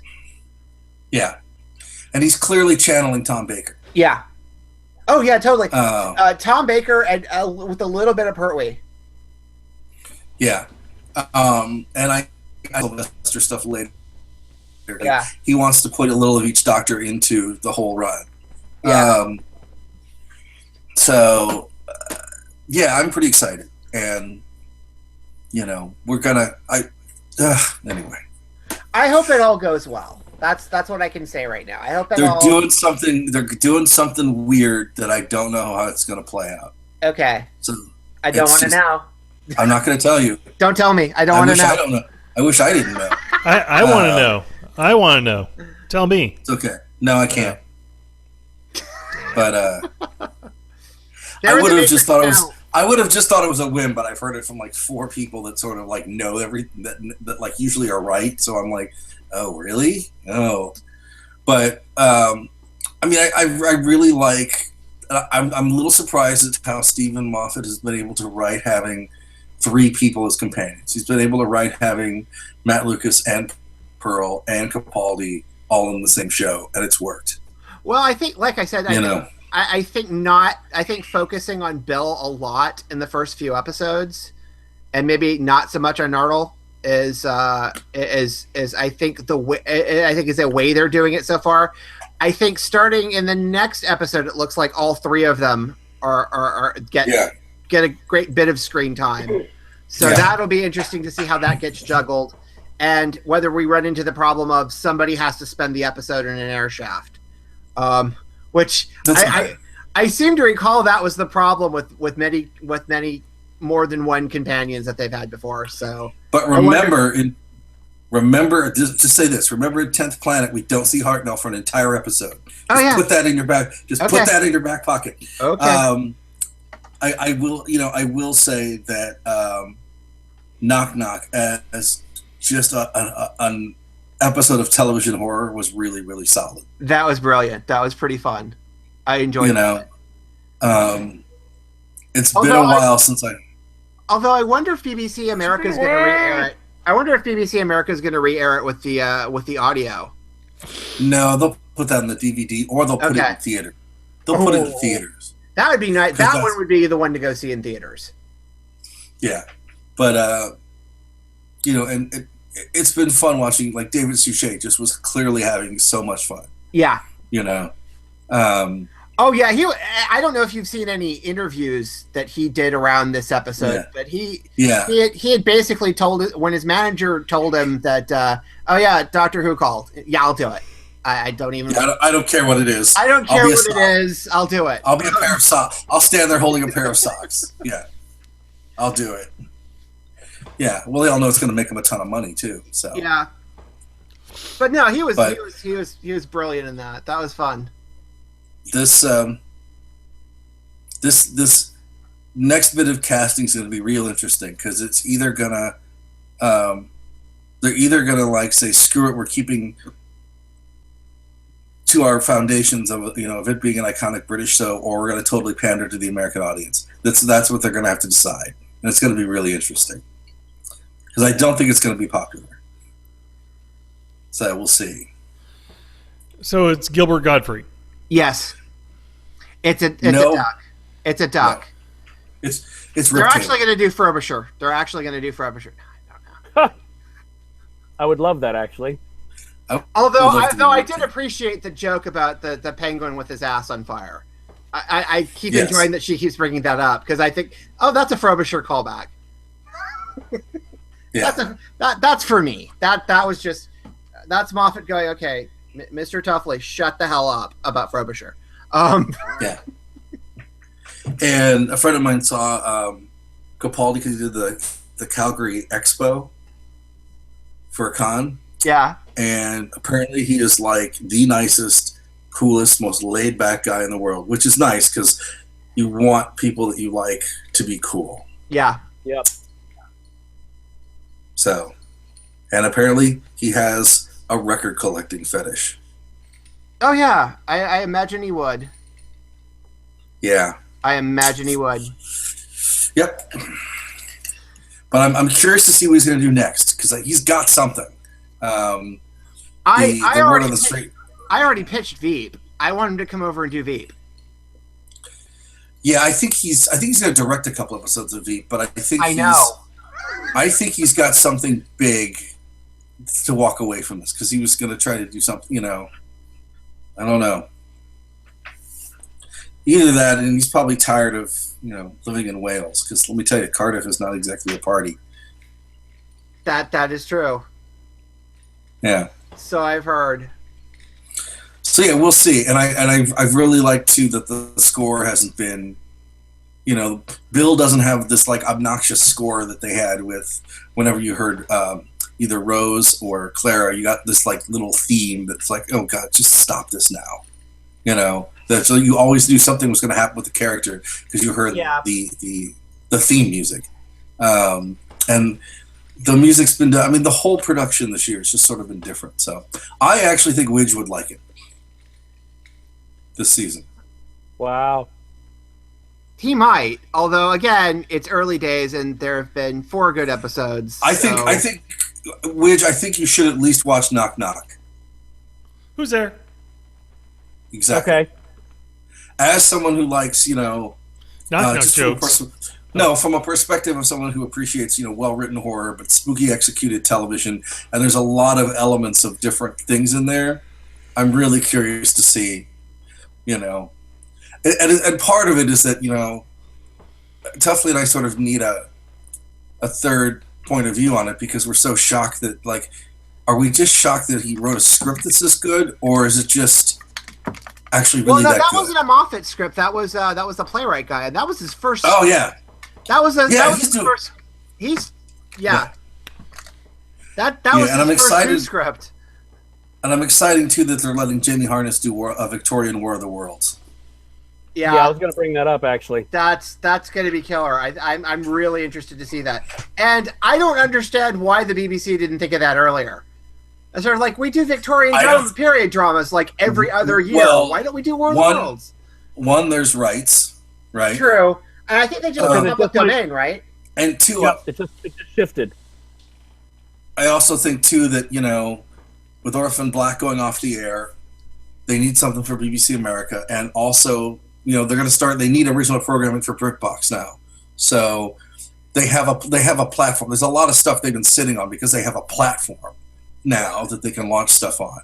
Well, that isn't tied up in rights to other rights holders. No, but the thing that I love is that they're finally going to start, like, with the Dudley Cook, Dudley Moore stuff, or the Peter Cook, Dudley Moore stuff they have. That's fine. There's a bunch of that's going to start seeing the light of day. There's stuff that people haven't seen in years. Yeah, we're going to start seeing some more of the Likely Lads. I mean, there's a lot of like really great classic British comedy, British TV stuff we're hopefully going to see now. Yeah, and also in terms of original productions, I hear this rumor that Torchwood may be on one of these things. Well, it's coming back as an audio. They're doing I know it's coming back as an audio, but I also know that Barrowman's not on Arrow next year. So, yeah, I think the plan is, it's going to be an audio. It's what it's because they got Russell Davis for the thing. Yeah, I just get I get the impression that there's not a movement.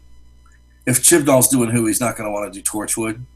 And the fact that they've not even mentioned it at all in any, since it left, because honestly, they've had some opportunities. So they easily could have put a Torchwood reference in the 1814 one and a couple other ones. But yeah, I don't know. We'll see. Well, I think given the ratings they actually did get on Class and the fact that they canceled it anyway, seems to be a sign toward, if they're going to do a spinoff, it's going to be one that already has a larger audience, and Torchwood already did. So I think that was the internal debate, that if they were going to have a spinoff, it might as well be the one that already had slightly larger ratings. So and particularly with the departure of Bake Off, they need all the franchises they can get. Yeah, are they going to do the Podmasters though? That's the other one. I don't. Well, if Moffat's not going to be involved, then probably not. I would say not. Him and Gaddis have something that they're up to that audiences are, quote, familiar with. Okay. So that could be anything. It could be anything. It could be non-Doctor Who, because he's also said he doesn't want to. He doesn't want to go near the series for a while after he gets done. So. Neither do we. Yeah. Well, has Kim liked? Kim saw the first one. Kim saw the pilot, and she enjoyed that. Yeah. She's been kind of in Gameland for a while, so she hasn't really been watching anything. So we've got a couple of things to get through. Who's kind of on the list? I think she'll be sold once she watches Thin Ice.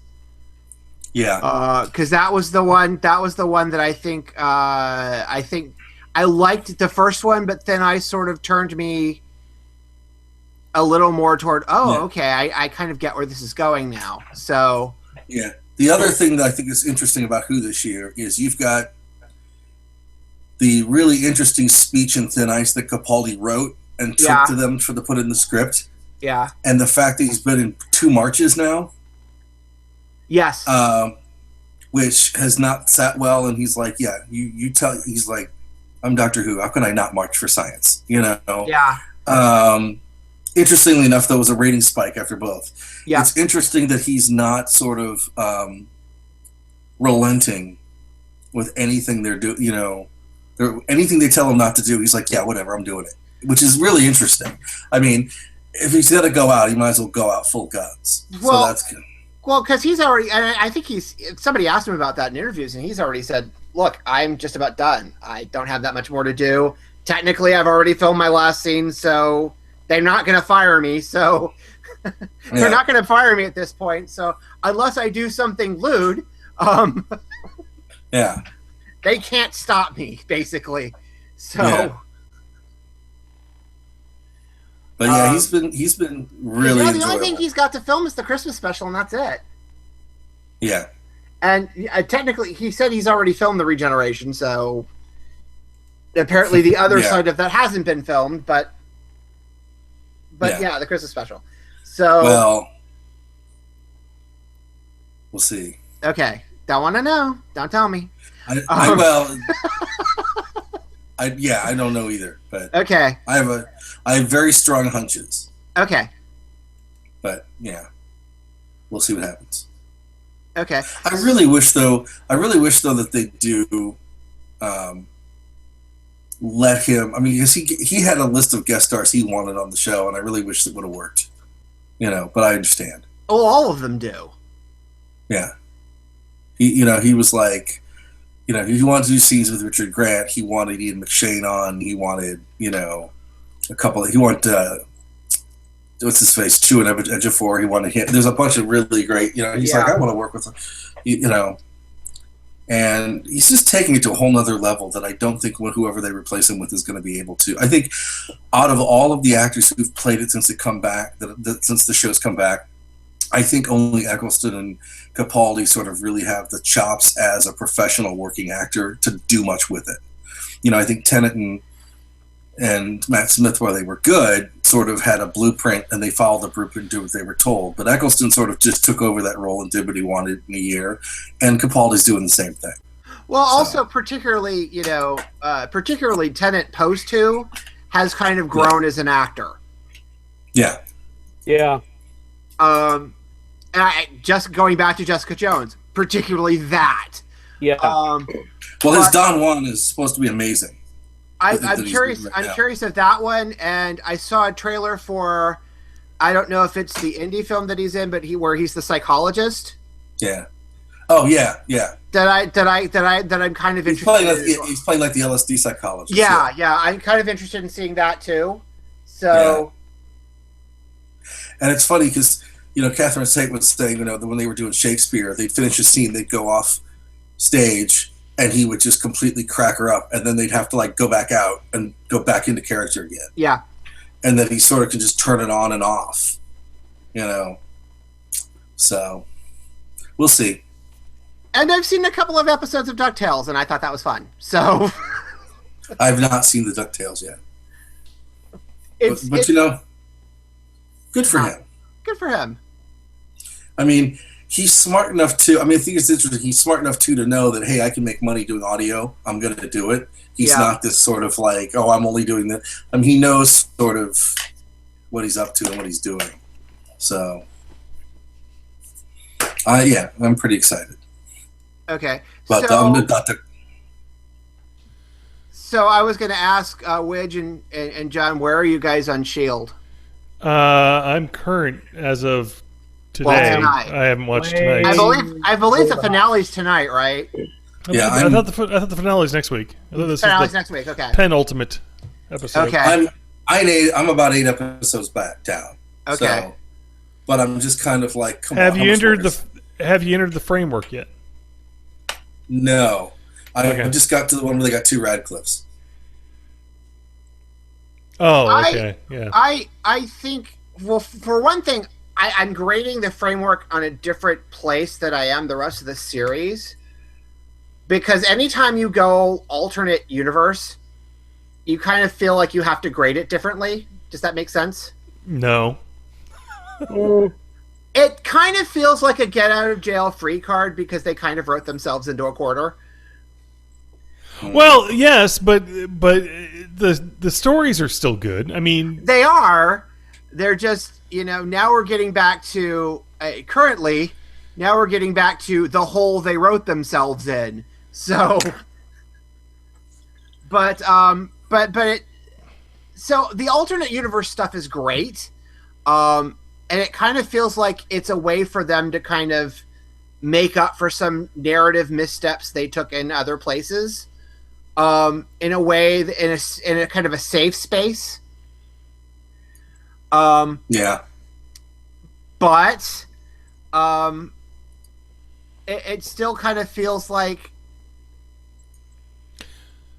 let me ask you that. Well, I disagree with you, but what do you want Shield to return?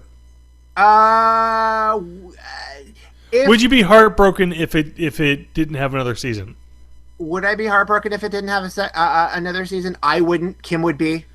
But I probably wouldn't because I'm not sure what they're trying to do anymore outside of the framework, which was an interesting story. I'm just not sure what they're trying to do or where they're trying to go now.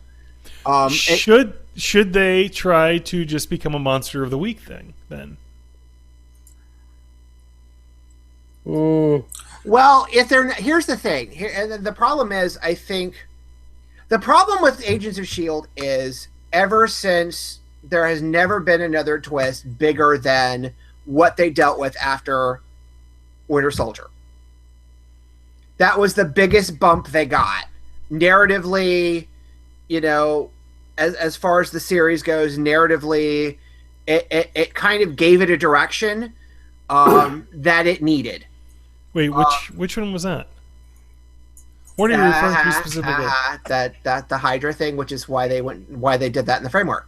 Okay, I got you. All right, I was trying to figure out what specifically you were talking about. But it gave the show a shape and a direction where they could pair it with Monsters of the Week stories and kind of have an overall arc. But then you have these smaller standalone episodes that worked. But there was a pace to it, and there was a rhythm to it. And the thing that Agents of S.H.I.E.L.D. has always been really, really good at, no matter how bad the arc around it is once they get past some of the tedious buildup that they have to do, once it starts going downhill and picking up speed, they're really good at payoff. That is the one thing Agents of S.H.I.E.L.D. is tremendously great at, is payoff once they get there. The problem is getting there. And particularly with the framework, they didn't have to build it up that much. They just used the rest of the series. With Ghost Rider, there was a build-up that kind of felt a little slow. LMD felt a little slow. But again, once you get to the top of the hill and the roller coaster starts going down, everything picks up. The pace is great. You get stuff at pretty fast clip. But that's always been my issue with S.H.I.E.L.D. is that it doesn't seem like they know where to go until they get to the midpoint. Does that make sense? Yeah. Yeah. But once they get there and once they start paying things off, it's great. But they just have to get there, and sometimes the build up to getting there is a lot of padding and a lot of conversations about things that, or a build up to something that is great once it happens. It just, the build up feels a little long. A part of that could be that, you got 23 episodes, you've got to do something. Right. But I think it's been too long. I think they just tried to do too much this year. But I also think the other problem is once they got past the Captain America thing, they didn't really have, there was the Thor cleanup thing, but they haven't really had the connections to the overall universe, that the potential in the show hasn't really built off very well. And part of that is studio related, and part of that is, I don't think that's all on the writers, and part of that is studio related, but there seems to be a disconnect even between the Netflix shows and Shield. There's been, sort of a disconnect where it should all kind of, I don't need like the Punisher to pop in and make an appearance, but I'd be okay with that. But it should feel like it's in the same world, and most of the time, Shield is not going on in the same place that the Netflix shows are, and neither of those two things are going on in the same place that the movies are. Even though, Daredevil and Luke Cage talk about Battle of New York, it doesn't quite feel like it's the same place, if that makes sense. It makes sense, but I guess your answer is you would not be heartbroken. And is it now time to retire Shield? I think it's time to retire Agents of S.H.I.E.L.D. for now. I mean, the concept could work, and they've done this with the comics, where they bring it back with a different group of people, or they rotate the cast out and they bring other people in. I just think if there's not if they don't have a solid direction going forward, and that's what we're going to need the next couple of episodes to figure out. If they don't have a solid direction going forward post framework, then I don't know what the point is going forward. Well, see, I'm of the mind that I think they should do an NCIS Shield, basically. That it become more of a superhero, if you will, procedural, or super spy procedural. The problem I think that they've run into is that they've out-clevered themselves. Yeah, exactly. And so if they do something like the framework and then come back to whatever it is they were doing before that. Interestingly, I have no problem with the framework, though. See, I enjoyed that. In fact, I almost would rather, and of course you've got that problem, right? So what you alluded to, which is, or outright said rather, that they're supposed to be in the same universe, but yet they don't ever seem to be in the same universe. No. So the interesting twist would have been that Hydra did win, and Hydra, and some might argue that Hydra did win back in November. But anyway, I got to do at least one, Rob. I got to do at least one. And the great thing about that is that they referenced that pretty well. Oh yeah, that was actually that was pretty funny, but they can't do it. The weird thing is they can't do it anywhere else in the show, but they can do it in the Matrix, which is fantastic. But also, what was that? What was that joke? I forgot what the joke was. Well, she did the nevertheless she persists when they're interrogating Skye, and then they did the fake news thing when they take over the news channel. Yeah, that's right. Okay.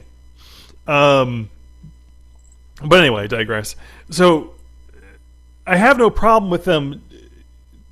I would have been fine with the in my perfect world where it's just basically a S.H.I.E.L.D. procedural.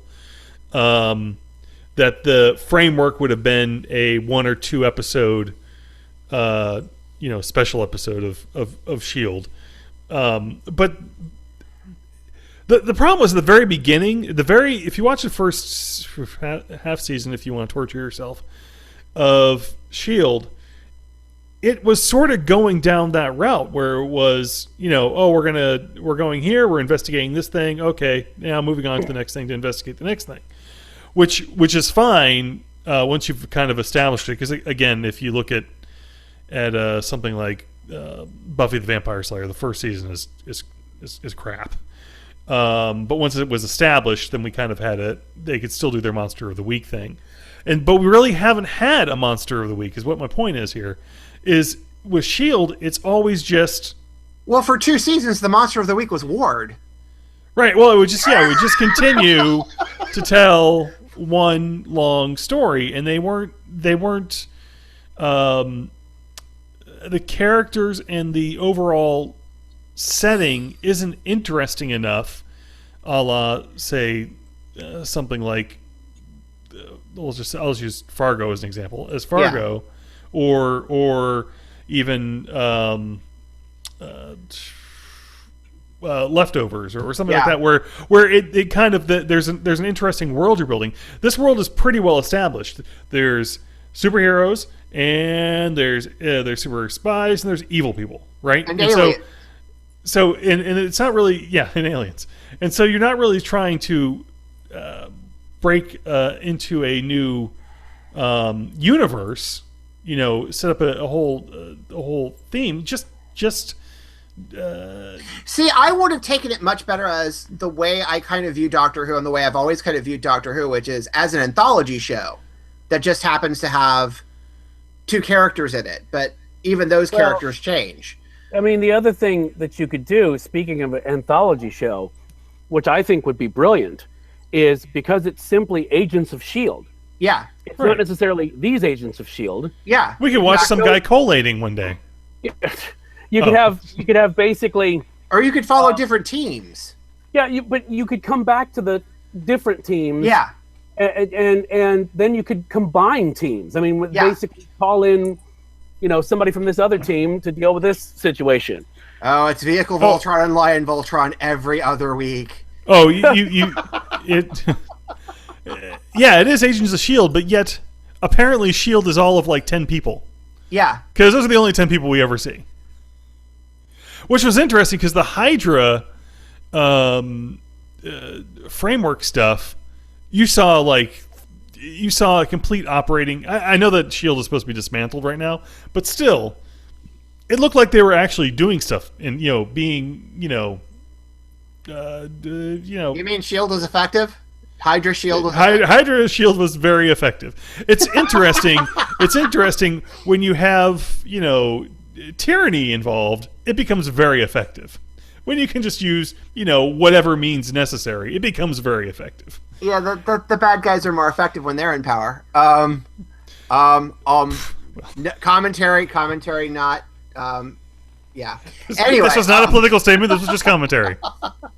yes, listeners in the future, this was commentary about the past. Although in the future, it could be proven right. Paid for by non-political statements for nobody. and I'm no one, and I approve this message. Sponsored by no one. This note's for you. Pretty much.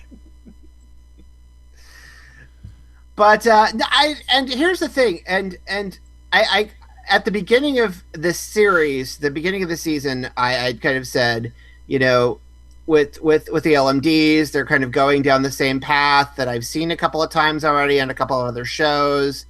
Do I think the writers are going to do it really well? And I didn't. And that what I appreciate is that they didn't attempt to go there yet. Which is where is there? I'm confused. Well, with the LMD thing, I think we were worried about number one. The robot goes crazy and tries to take over everything. Well, and the other thing is the robot search for feelings. Are we going to get the deep, nuanced story we got elsewhere? Well, we're not. Wait, okay, maybe I think we're on the same episode, but I thought that's exactly what she was doing. That's kind of where I'm going with this. I mean, yet we haven't seen that yet. I at least give the writers credit for and Shield credit for not trying to go there immediately and trying to get enough distance away from those other things that we've seen that did this a lot better that we've seen so far that have handled this subject. So that maybe it's not as fresh. But I appreciate the distraction of not making that or leaning hard on the point of robots and sentience. Okay. Now I'm sort of. I was trying to figure out where the hell is this going. I was trying to do that. Now I understand. That I don't spoil the thing other people have. Now I understand. Okay. Now I understand. So I'm in the future. The spoils you. Yes. So I appreciate that they haven't hit that nerve just yet. I know they're about to. So I'm nervous about that. But I appreciate the couple of twists they put into it. that they kind of built in to make it work. It just, like I said, it's the same thing I always say about Shield. It's the payoffs that are great. It's just the build up to the payoffs that sometimes feel like they don't know where it's going. And it seemed like at least in previous series, they at least had an idea of the end point, so that even if the buildup was tedious, it at least felt like they knew where they were going. And right now, I'm not terribly sure because we've had this diversion of 7 episodes in a completely different universe. So, which is really good, but I don't know where it's going. So, which could be a good thing, but I don't know. So it's all up in the air. So, yes. Yes, and that's not, I'm not sure that's where you want to feel like you're going with 2 episodes to go in the series. So, Probably not. but I kind of feel like, okay, well, now they've done this great thing for like 7 or 8 episodes. Okay, so now we're going to resolve that in the last 2 episodes in a way that I hope isn't anticlimactic. Yeah. Well, I don't know how it could not be, though. Well, I mean, those are there are situations like that. I mean, at the end of the penultimate episode of Doctor Who Series 5, Yeah, it was like, exactly. well, how the hell are you going to pay all this off in the next episode? And But when even there's a momentum to it that even if there's a slight misstep in the plot, there's still a momentum to it that carries you forward. right, And I'm not, and probably John is probably going to disagree with this, but I'm not sure where the momentum is. Mm-hmm. I don't know. I think they have a lot of momentum right at this Okay. point. I really think that coming out of they came out of very nicely out of the framework. I thought that was a very good episode, and they left the one character, not to spoil too much, left the one character broken enough and screwed up enough that that actually, now that I think about that poor character, Can I just screwed say up. that actor is just that, I won't say who, but that actor is killing it. That actor is doing a really good job with this. Yes. He gets the best job out of this, I think. Yes, and you had a little bit of a surprise with one of the characters, but you know, I really think that they have something that they can continue to build on. The problem is that this story will end in 2 episodes, and then there'll probably be no ramifications, because even with it, which would be fine again if they were a procedural, but the whole Quake thing, the Inhumans stuff from, I don't know, was it 2 seasons ago or last season? I guess it began. I guess it was the last last season, but it just seems like it was occupied the like last forever. 2 years. Yeah. Even though, you know, Daisy was on the run, it never really felt like there was any. It never felt like it carried. Going back to your momentum thing, it never carried momentum over to the next season. Like there was like, nah, okay, yeah, we've been trying to catch her. That's it. Yeah. Oh, hey, she's around again. So that's what it didn't feel like there's any consequence to that whole period of time. So And I you think it felt would be like- better served just to go back, just Yeah. to go to a more of a, here's some interesting tales of Agents of S.H.I.E.L.D. That's what it really And should be called. particularly where the state of the universe is left after Civil War gave them a lot to play with. You know what I mean? Right, and you could have just gone Yeah. to the whole Deal where with it where on a the rogue ground band level, of folks, yeah. You sort of deal with it. Take that situation and deal with it on the ground level, which is kind of the show that we were told S.H.I.E.L.D. was going to be in the beginning. And that would be a great playground to do that in, to sort of deal with the ramifications of the Sokovia Accords in the space of this show. Yeah, for being super spies, they don't spy very much, is I guess my No, point. and that would be a good place to go too, since you don't have, there's other organizations other than Hydra. There's AIM. AIM's still out there, which we know. Yep. And so you could be doing spy versus spy stuff. There's also there's also Crest and Aquafresh. Aquafresh and Colgate. All of these could be getting investigated. Hey, And Equate. Snake holes and teeth. You've got rogue agents for both Hydra and Shield now out there floating around somewhere that they could have brought back before they got swallowed by Seth MacFarlane live action shows. That will go on forever but make no sense, and we don't understand why they'd still be on the air. But hey, I don't make the show, so.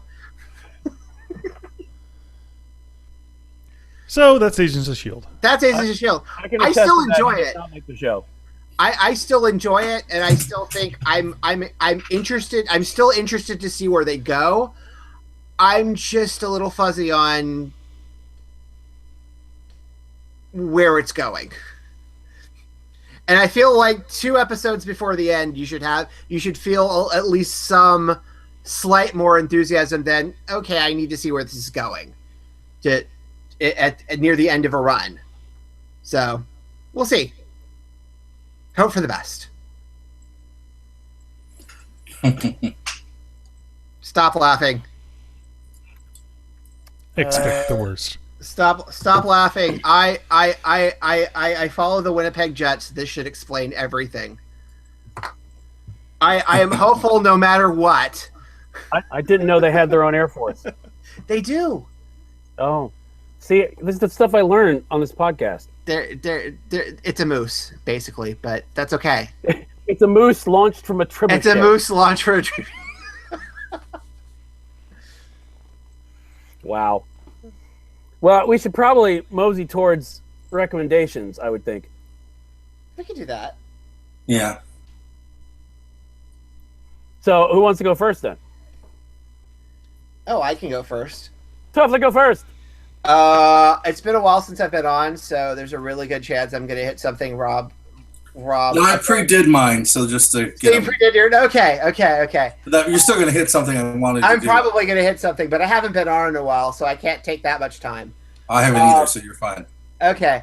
Afghan Wigs have a new album out called In Spades, which was enjoyable, and is Afghan Wigs with occasional strings, which is pretty cool sounding. So check that out. I have the Nintendo Switch, and I have rediscovered the joys of Mario Kart, as Widge will attest to because I brought it over to his house. Can I just say, there's a very disturbing game where I highly what is that called, Tuffley? What is the name of that? What was it? The Snipper Clips? Yeah, the Snipper Clips. Oh yeah, where you get So to basically, what you want to do is you want to get one of these Switch things, and then you want to invite a couple over to play it together, where you can hear them say things that, taken out of that context, would be slightly alarming. All right, I want you to climb up on top of me, and then now bend down a little bit. Now scoot just a little right there. That's the good spot. Okay. Yeah, get up on that. Get up on that. Now cut me. Cut me. No, a little close. You need to cut me more. It was so hilarious and wrong at the same time. Exactly. And if you add more people to it, it gets better. Yeah, it does. Oh wait, what are we talking about? I have been in a room with Kim and her siblings doing this. Wait, doing what? Warning. I was only half listening. Wait a minute. But yes, it's great. Snipper Clips is that game, and it's available. You can download it if you have the Switch. You can download it from the Nintendo eShop, or you can just buy the little chippy disc and enjoy that. Also, I'll throw in a recommendation for our absent Kim. She's going to recommend Persona 5, which is a extremely long JRPG that is a JRPG anime hybrid, which I guess is the same, but it has a very interesting design choices, and obviously being a JRPG is also very, very weird. But it's very deep, and it looks really cool, and there's some sort of plot line about dreams and teenagers, and it's basically a My Chemical Romance album brought to life, which may or may not be a good thing depending on your perspective, but also including weird Japanese anime. So maybe it is your thing. But it looks cool. I don't quite understand all of it, but it looks cool. So I'll recommend that. See? Not a thing, Rob. I didn't get a thing of yours. Yeah, that's okay. For once. We're getting there. Okay. Well, I purposely stayed away from music in the stuff I sent you. Okay. Okay. Plus, there's so much of it out. It's just... Oh, God. Have you heard the LCD tracks that came out? I've heard the LCD tracks. I've heard them on my new giant speakers, which is pretty great. Yeah. I'll have to send you that. Yeah. Janet is very alarmed how much my house has manifested since 1974. Thank you, Guardians Volume 2. Hey, look, do you want to describe to the listeners what you have now, your alien monoliths? So, okay, well, first of all, I'm going to get with John about this later, but I may have found a way to tape the podcast onto an 8-track. Because I found there's a store in St. Louis that sold blank. They sell 8-track tapes for like a dime, but they had an entire box of blank ones. So okay. I got basically an 8-track player with the speakers and the receiver. If I wanted the receiver, which is what I wanted, because it's one of those really cool 70s ones that's heavy and they pick up everything really well. I wanted that, but I couldn't get one without the other, right? Well, I used to have the combo that had the 8-track. Yeah. And this is not that long ago. Yeah. I had to get it when I moved, but I had the 8-track cassette turntable combo.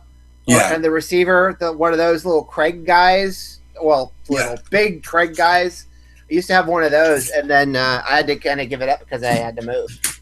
So, but yeah, I had one of those. But what we need to do, we need to put the podcast out in 8-track. We need to get like a C90 cassette and put it on there. We need to put it on a Zune, I guess now. Yeah. Wow. So basically there is, all right, how do I even begin to describe this? You can Google them, but they're called Magnaplan speakers. The Magnaplan MG2, actually. Okay. They are 6 feet tall by 24 inches wide. Oh my God, really? Yeah. Yes. And you have to put them I was not kidding, Tuffley. They are the alien monoliths. Oh my God. But here's the thing about them. Does your wife come in and throw bones? Yes. And it turned into a Zune. That's a very personal question to ask. This is where it gets interesting. I have a man room, and I don't think she's noticed them yet. That you have a man room? She doesn't know. That I put them in there yet. Oh, wow. That you put men in a room? How many men do you have in this room? Escott. Warning. I'm sorry. So the calls are coming. The calls are coming from Rob's room. They're coming from inside the man room. So the fact that they're old, right? There are old men in this room? How old are they? Never mind. Keep going, please. So even though they're high and they're big, they don't do like the booming bass type of sound. They do like a more structured, even. It's like surround sound, but way more subtle, right? And that's pretty great. I just want to say that. So yeah, those are. I'll send you a picture later, Tuffley. They fit in the back of my friend's truck which I was completely surprised in that they did.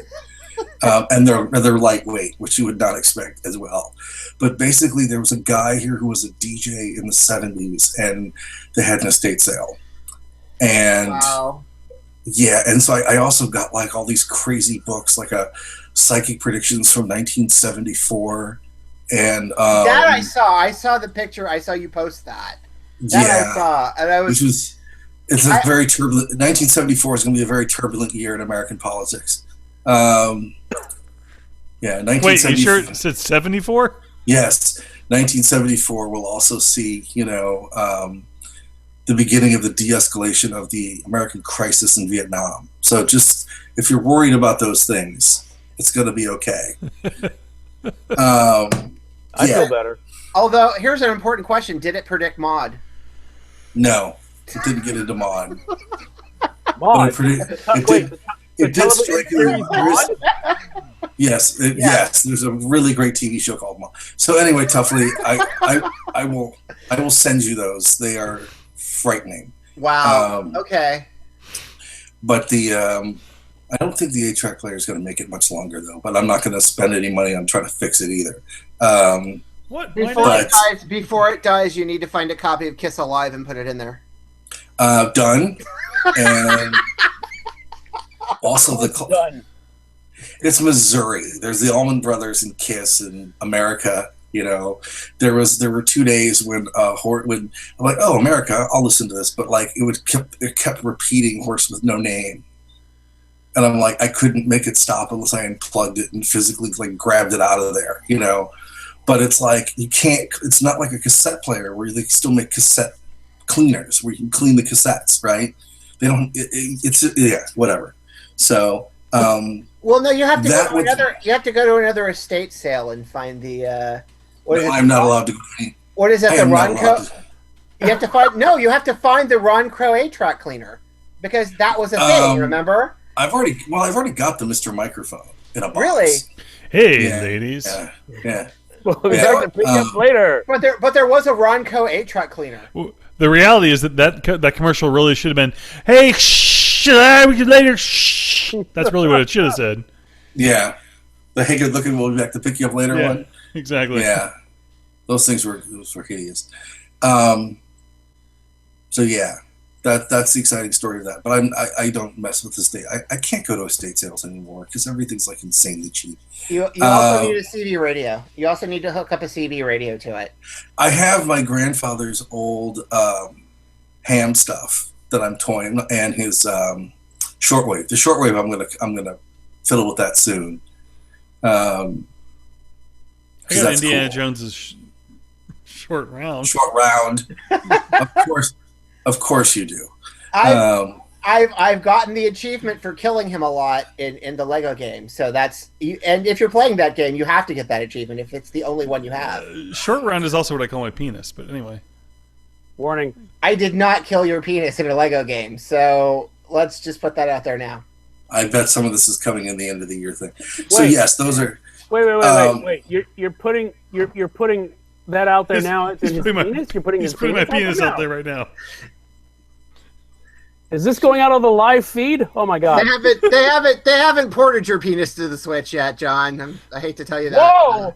I'm sorry. Yeah. You were trying to give his penis the Switch? What? Did My you make penis, it butt side? my penis likes what it likes. You don't need to switch it. So. I try to imagine the Luigi side eye effect now. Never mind. Rob was saying something. That went a strange place. Sorry. The thing is now is I can't laugh on the podcast anymore after like the 20-minute laugh thing I did once. So the other thing too is I'm going through all of my cassettes of like somebody mailed back to me like 4 years worth of all of my radio shows from like 1989 to 92, right? So I'm going through and listening and sort of like chuck this one, keep this one up. So I'm in the process of like digitizing like interviews and stuff for that Yeah. of stuff because there's stuff I'm like, when did I do this? It's really that's weird. cool. Yeah, and there's like record. I'm like, I played that. I really, I sense a Patreon opportunity. Nobody cares about that stuff. Really? No. I don't think so, but we'll see. I mean, I've got like right now at least 38 to 50 different like interview things. Like, I forgot I interviewed Woody Harrelson when Natural Born Killers came out. Wow. Nice. I forgot I interviewed George Wendt because he was in town for a play, and I did nothing but talk to him about like jazz. Yeah. That's awesome. And I forgot I interviewed Herbie Hancock. I'm like, when the hell did I interview Herbie Hancock? Nice. So anyway, so all of that all streams together into this like this extra room is now a mess of like, it's like literally the room that time forgot if Rocks didn't already have one. That has nothing to do with my recommendations. So the first thing I want to recommend, if I am so allowed to indulge me, a couple of years ago I got invited to do a paper for the DePaul Pop Culture Conference in Chicago, right? And I figured, 1, it's free, 2, the hotel's free, and 3, I get to give a paper in a room full of academics, which was, to me, ironically hilarious, right? Having said that, it was like really amazing and everyone was really, really cool. Having said that, right? So now they did 5 of these things, and every year they had a different theme for the conference, but I only did the Doctor Who one. So now they've put all of the papers from that into one book called Time Lords, Tribbles, Winchesters, and Muggles. So it's Star Trek, Harry Potter, all sorts of stuff, right? And they've got, Brandon Braga wrote something for it. Robert Sherman from Doctor Who wrote something. Harvey Bennett wrote something. Cheryl Kane. There's a lot of stuff in there. So, but 7 pages of it is this essay I wrote on Doctor Who in the 60s. So it's available on Amazon. You can buy it. I will get no money for it whatsoever because it's all going to a charity. But it's pretty cool to have in something that's like that widespread. Because most of the stuff I write gets read by like 5 people, right? But like, where did you get this? Because you do this for a living. But there's something cool about like seeing your name in something that's on Amazon. It's sort of a whole new thing for me. So I want to pimp that if I can. But if you buy the book, all of it goes to a charity, which is also really important, which is pretty great. It's going to this thing called Global Girl Media. It's an organization dedicated to empowering high school age kids and especially girls in underserved communities. They give them leadership and journalism training, and they teach them sort of like how to have a voice about their own future. None of this, of course, is completely relevant in the world we live in right now. I also want to recommend a zine called Fine Fine Music. It's by Cassie Snyder. It's sort of like in the way that Tuffley and I like all these comic books about pop music and British pop music. This is one of those that's basically set in it's this girl's stories of growing up in 1981. It's a lot of classic rock stuff, but the stories are really funny. So I do want to recommend that. And it just sort of has this own little feel to it, this little heart to it that's nice for a zine. So I want to recommend that. And then I am really excited. There's a writer by the name of Rob Sheffield who I kind of know a little bit. He writes for Rolling Stone. He wrote a book called Love is a Mixtape that was really great. And he's written a really fun book called Talking to Girls About Duran Duran. But he wrote this. He's been a Beatles fan for like his entire life, right? So he's written a book called Dreaming the Beatles, the love story of one band and the whole world. It's by Rob Sheffield. And basically it is all about sort of the worldwide fandom of the Beatles, a history of it. Sort of, you have all these books about the Beatles, but you don't really have books that sort of explain sort of the social culture reasons why the Beatles blew up in different parts of the world. And it's a really cool book on that. So I want to recommend that. And I'll recommend a couple record type things too. I want to recommend the new record from Saint Etienne. It's called Home Counties. It's coming out here soon. It's good to have them back. If you're a fan of like 60s era pop, it's really great. And then Tuffley, I bet you woke up today and said, I want to hear some shoegazer music from Chile, right? Sure. Yeah. So I tried to pick stuff there was no way that Tuffley would recommend. So there's a band called Trementina. They're from Chile. Their album's called 810. They kind of have that sort of like Mazzy Star, Beach House, Cocteau Twins kind of vibe to them. And I really like the record a lot. So, yeah. I thought you were going slow dive. I thought you were going to go slow dive, so I didn't put the slow dive. Ah, okay. I left the slow dive, the ride, the Gorillas, the Temples records. I left all of that for you because I figured. I have the Gorillas record, but I'm still listening to it. Yeah, I'm trying to listen to it. So yeah, we'll probably discuss that more in another show. But and I on a completely aside note, I saw Hall & Oates this weekend, and they were utter crap. So, Really? but I want to see Tears for Fears. I want to see Tears. Well, actually, Janet really wants to see Tears for Fears too. But Yeah. but Tears, I like literally when Tears for Fears blows you off of a stage. yeah, That's saying. So it was just like they reworked their songs as like these like free jazz things, right? And I don't want to hear Maneater like as like a free jazz, Miles Davis record. I don't, but yeah. So that was. But anyway, and Daryl Hall looks like Skeletor. But and then the last thing I recommend too is called Arsenic's Necessary. It's the second issue. That's a lot of fun too. Ding, I'm done. Cool. Thanks, Rob. I have Blondie tickets, so I'm kind of hoping that. Oh, where they playing? They're coming in August with Garbage. Oh, nice. I saw Garbage So last it's year. that tour, yeah. I saw Garbage last year, and I was really surprised at how Yeah. good they were. So So I wanted to see I want to see Kristen Control open for Garbage last year. Yeah. But I stuck around for Garbage. They were actually really good. Although they'd be better if they still had Butch Vig, but that's okay. That'll be fun. Well, I think he's actually touring with them Now, on this record. Well, he was producing. I think he was producing either the Foo Fighters record or the last time they were out. He was producing stuff the last time they were out.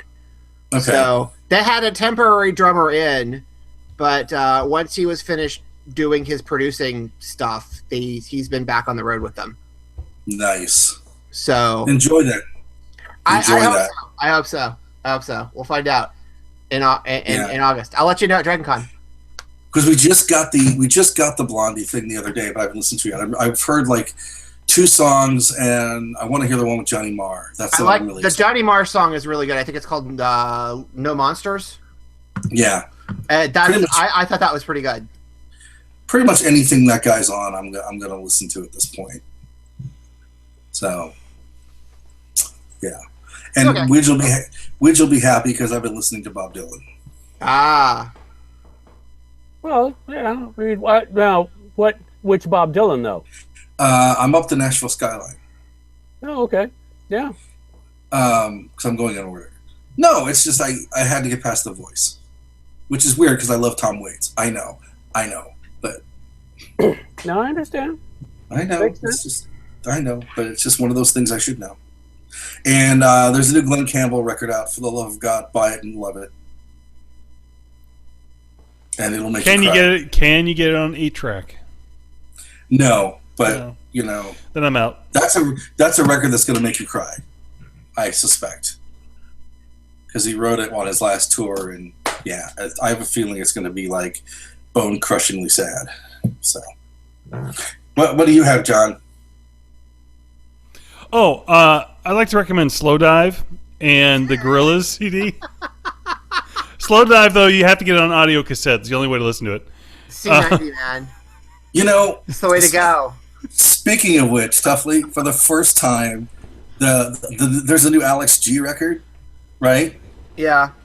And they sent me the cassette. Yeah. I'm like, what the hell? Well, now you got to go buy an overly priced Walkman. Oh, I have mine from my original one, actually. Apparently, the National is sending out cassettes soon of some of lot of them. previews of their new stuff. Yeah, a lot of it's I hear that's coming. You got to love hipsters. fucking hipster. I mean, I kick my Walkman because I sentimentally attached to it, and I want something to play. Stuff I have on cassette in case the stereo goes. But I'm not interested in running out and buying any new stuff on cassette. Yeah, I sure as hell am not going to buy Whitesnake in any other format. Leave me alone. I want to be in my corner with my White Snake and Sister of Mercy's out records. Hold on. Just leave me alone. Hold on a second, John. Yes. Do you have any White Snake records in your home? I think we have the cassette still laying around somewhere. You're dead to me. Hey, hey. It was Columbia. It was Columbia House. I screwed them over. No. He's got some cassette. He's got some singles somewhere in the house. Toughly, was it you mentioned the Sisters of Mercy? Did Yes. you mention the Sisters of Mercy for you or for John? John was White Snake. I was mentioning White Snake for John, but I do have White Snake cassettes in the house. You're also dead to me. Okay. No, it's okay. I'm just kidding. I've been dead to you before. It's fine. It's fine. But you had the metal thing and I didn't, so I completely get it. It's living happily with my Queensryche and Sex tape, so it's fine. There's Which Queensryche? I believe it's Empire and Operation Mindcrime. Oh. Okay. I also have the EP. Yeah, I don't have. I used to have the first one. I used to have the first Queensryche. Yeah, Lady in Black and yeah. The cassette broke Sure, because the cassette broke because Columbia House had cheap tapes. So the flame. Toughly, Can't you just see life's a game? You should listen. So take hold of that flame. Yeah. there's a lot more screaming on that first album, wasn't he? That first album, yeah. Well, Okay. he did a lot of Yeah, exactly. It's a lot of. I have a voice. I have a high octave. Let me show you. We should have known then he was going to be a dick. It's like But anyway, it's weird. The weirdest comparison to Jeff Tate and Mariah Carey, but that's kind of what happened to that first record. So, where it's like, let me show you my range. From hockey to Whitesnake in 2.5 hours. There's a song by the Mountain Goats you should listen to toughly called Andrew Eldritch is Moving Back to Leeds. Oh, is this from the emo record? The goth, it's all goth. It's all The songs goth about records? goth. Yeah. Yes. Because I don't know. I lost the plot on Mountain Goats where they did their what was it the album last year they did about professional wrestling. I've never loved them, but this one's actually really catchy, and it's funny. Yeah. So, I'll check that out though. I'm a sucker for that sort of thing. So even if it's folky, I'm usually a sucker for that kind of thing. Yeah. So Widge, what you got, man? oh, I also have. I also want to recommend. Sorry, Beasts and Where to Find Casablanca. Them. Beasts with a magical beast. I can't even remember the hell the name of it now. Fantastic Beasts and Where to Find Them. Yes, exactly that thing. And I, when I got it, I bought it on through Neat Coffee at neatcoffee.com/Amazon's got White Snake cassette tapes for sale. Singles, man. Singles. I'm gonna get rid of all my singles actually. In the still of the night, he's got it. It's in his house. He knows. Still alive. He knows. He knows. Who are you people? It's next to his Bon Jovi Dead or Alive. It's okay. I've got Technotronic singles. It's fine. That's okay. Back in the day. So very, very confused. That's okay. As long as it doesn't have any CNC Music Factory, we're all going to be okay. Oh, well, then I guess we're not going to be okay then. Nah. But I would respect that from you. Toughly, not so much. You have a family. It's okay. I gotta have something to go with DJ Jazzy Jeff. Summertime, you've got the single. It's there. Hey, say It's what you in the want about Jazz. Say what you want. The production on those records was tight. Oh yeah. Yeah. And they did dates in London, aren't they? Aren't they playing? What are they playing in London? They're playing something big in London. Well, It's not. It's Wembley not Stadium? It's not Tea in the Park because they're not doing Tea in the Park this year. Is it Reading or is it Glastonbury? They're doing one of them. It's probably Glastonbury. If they're doing one, it's probably Glastonbury. Yeah. Glastonbury usually does those kind of bookings. Yeah. Welcome to 1996 on meatcoffee.com. Sports balls. Boing. I'm done. Right, got him right in the sports balls. Sorry we set the table for you like this, Widge. That's okay. That's okay. Here to bring some class to the podcast. Oh Jesus Christ. Well, my main recommendation is it's a sort of sideways recommendation in that With Paul Giamatti?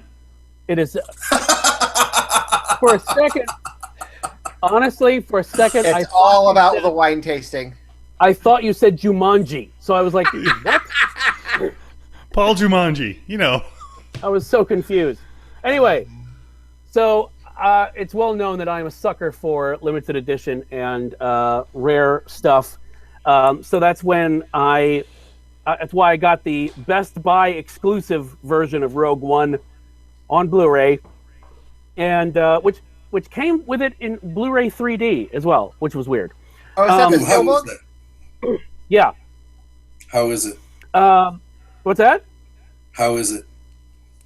Well, I mean, the regular stuff that came with all the different sets, because apparently there's like a Walmart exclusive set, and like 3 or 4 different ones. But the one that I got from Best Buy, I got it because it had like an extra disc. And there's like 2 small featurettes on that disc, and the video quality is for shit. So the stuff that was on the regular Rogue One Blu-ray, if you've not already bought it, the stuff that is on there anyway is actually pretty sweet. They never have enough stuff, but what's on there is good. I don't know what, because they've obviously recorded a bunch of other stuff. There's a great 5-minute thing where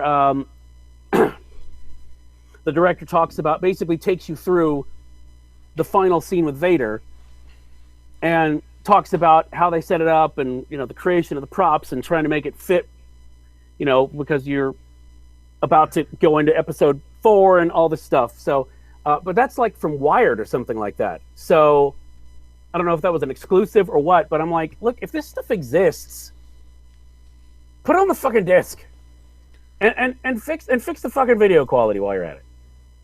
Oh, is the video quality for shit? Yeah, for the extra disc. For the extra disc. Oh, the for Best Buy extras, one. yeah. Yeah. So it's like, okay, why? So, but alas. But yeah, that's basically my one recommendation. Other than watch Into the Badlands, and it's amusing. Is it good? Yeah, I'm enjoying it. I mean, it's just cheesy, empty calorie goodness. That's kind of what I thought it was going to be. And that's airing in the Walking Dead slot right now, right? The Sundays at 9 slot. I think Is that so. it? Yes. Okay. I think so. But yeah, that is my recommendation. And yes, as has been mentioned before, if you go to needcoffee.com/Amazon, then you'll wind up on the front page of Amazon like you've gone to the front page of Amazon, and it's helpful because it helps us keep the lights on, as Rob is fond of saying. So that brings us to the end of another episode of Weekend Justice, and I think as we the few survivors stand in the smoking rubble next to those cars that are still on fire for some strange reason, that have been burning for 500 years, I think we should all take a moment and, in a moment of rare self-reflection, simply say, sports balls. Sports balls. Sports balls. Sports and balls. He said balls. Those cars that are on fire, Yeah? is Billy Joel responsible? No, he Oh, didn't he start didn't that. start those. Oh, Yeah, okay. no. No. But But if he did start any fire, he should be arrested. but they do burn. But they do burn on and on and on That's why. Again, how did Billy Joel get a second career as an and arsonist? on. Wait. I thought that was his first career, to be perfectly honest. No, it was a car race. A car. He record. set the charts on fire. Hey! Woo. I'm funny.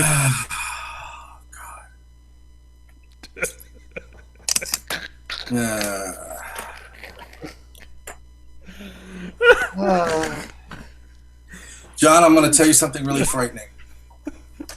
Yes. There's a Gem fan club. I'm going to send you the info. Oh, who do you think's in charge? Well, you don't live here. There's one here.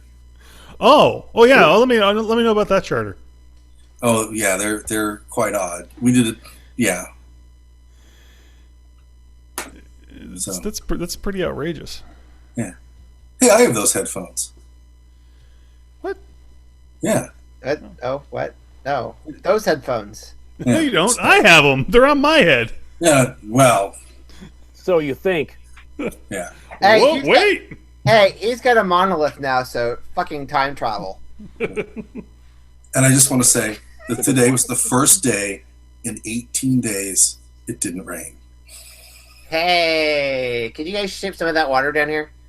No. Yeah, well, we you don't could- want it. We could use some too. No. Florida it's is on great. fire. Yeah. Sorry. Well, to be honest, we probably could have used a good cleansing. I don't know if you've read news from down here. You'll get your hurricane soon enough, sir. Hey, but at least we can keep our streets functioning. Oh, Yeah. hey, but we can get him back up in 2 months, so there you go. Nice. Yeah. Oh wait, we can't build enough of the roads, but I we mean- can keep the ones that we have I running. mean, hell, if you throw money at anything, you can get it up in 2 months. So, Whoa. That's what I learned from my doctor. Hello. uh, Well, we've all learned something, and some of us really want to unlearn it. So is that it? that's it. I think that's I it. think I so. think you frightened me. I think we've put fear into at least ourselves. I know. I'm afraid. Yeah. All right, guys. Good show. Good Okay, show. say hi. Hey, say hi to Kim. I will. All right. I'll see you. Yeah. All right. So make sure you check on Kim. Make sure she's been eating and stuff. Because I mean, gaming. Yeah. Well, Has she got? she's in DC right now, so Oh. Oh no! So God knows what's happening. and no, I don't know if she's going to the Caps game tomorrow night. If she is, she's going to be terribly lucky, and I'm going to be jealous. But that's okay. Is she applying for the head of the FBI position? No, she is not. Although Candy Coated Princess of Darkness, maybe. Yeah, but Has she she has to got- be. She has to be willing to look the other way all the time. Well, just she could do that. She could do that, but no. Well, she's married to you. Whoa. Hello. Ow. Ow. There's a lot of things she overlooks, John. Warning. Oh man. But no, Ouch. I've been bugging her like they're going to Game 7. The tickets are available. You could get them. But she isn't really replying to those right now. So Just tell her if someone suggests going to Ford's Theater for a night, not to do it. Wow. she's on per diem though, so she's doing good restaurants right now. So I'm also kind of jealous. There's a whole bunch. Yeah, I should let him eat. And my like food. she can't. She was saying the first thing she commented to me is like, I can't use the per diem on Penguins Caps tickets. I said, no, you probably can't. But I'll send her. I'm going to send her my friend's email. He's a food critic up there. okay, yeah, I Yeah. think she's there. She's there through at least tomorrow's the last full day she's there, and then Nice. she comes back. She comes back Thursday, so she comes back late Thursday. So tomorrow's the last full day she's in town there. Nice. That'll be awesome. Well, enjoy your bachelorness. Well, a lot of it just involves getting sleep, except for not for tonight though, because I'm looking at the time. So, Yeah, I don't. Yeah. yeah, no. Okay, so good show, guys. Thank you. All right. We'll see Yeah, you that's later. all. All right. Yeah. Bye, kids. Right.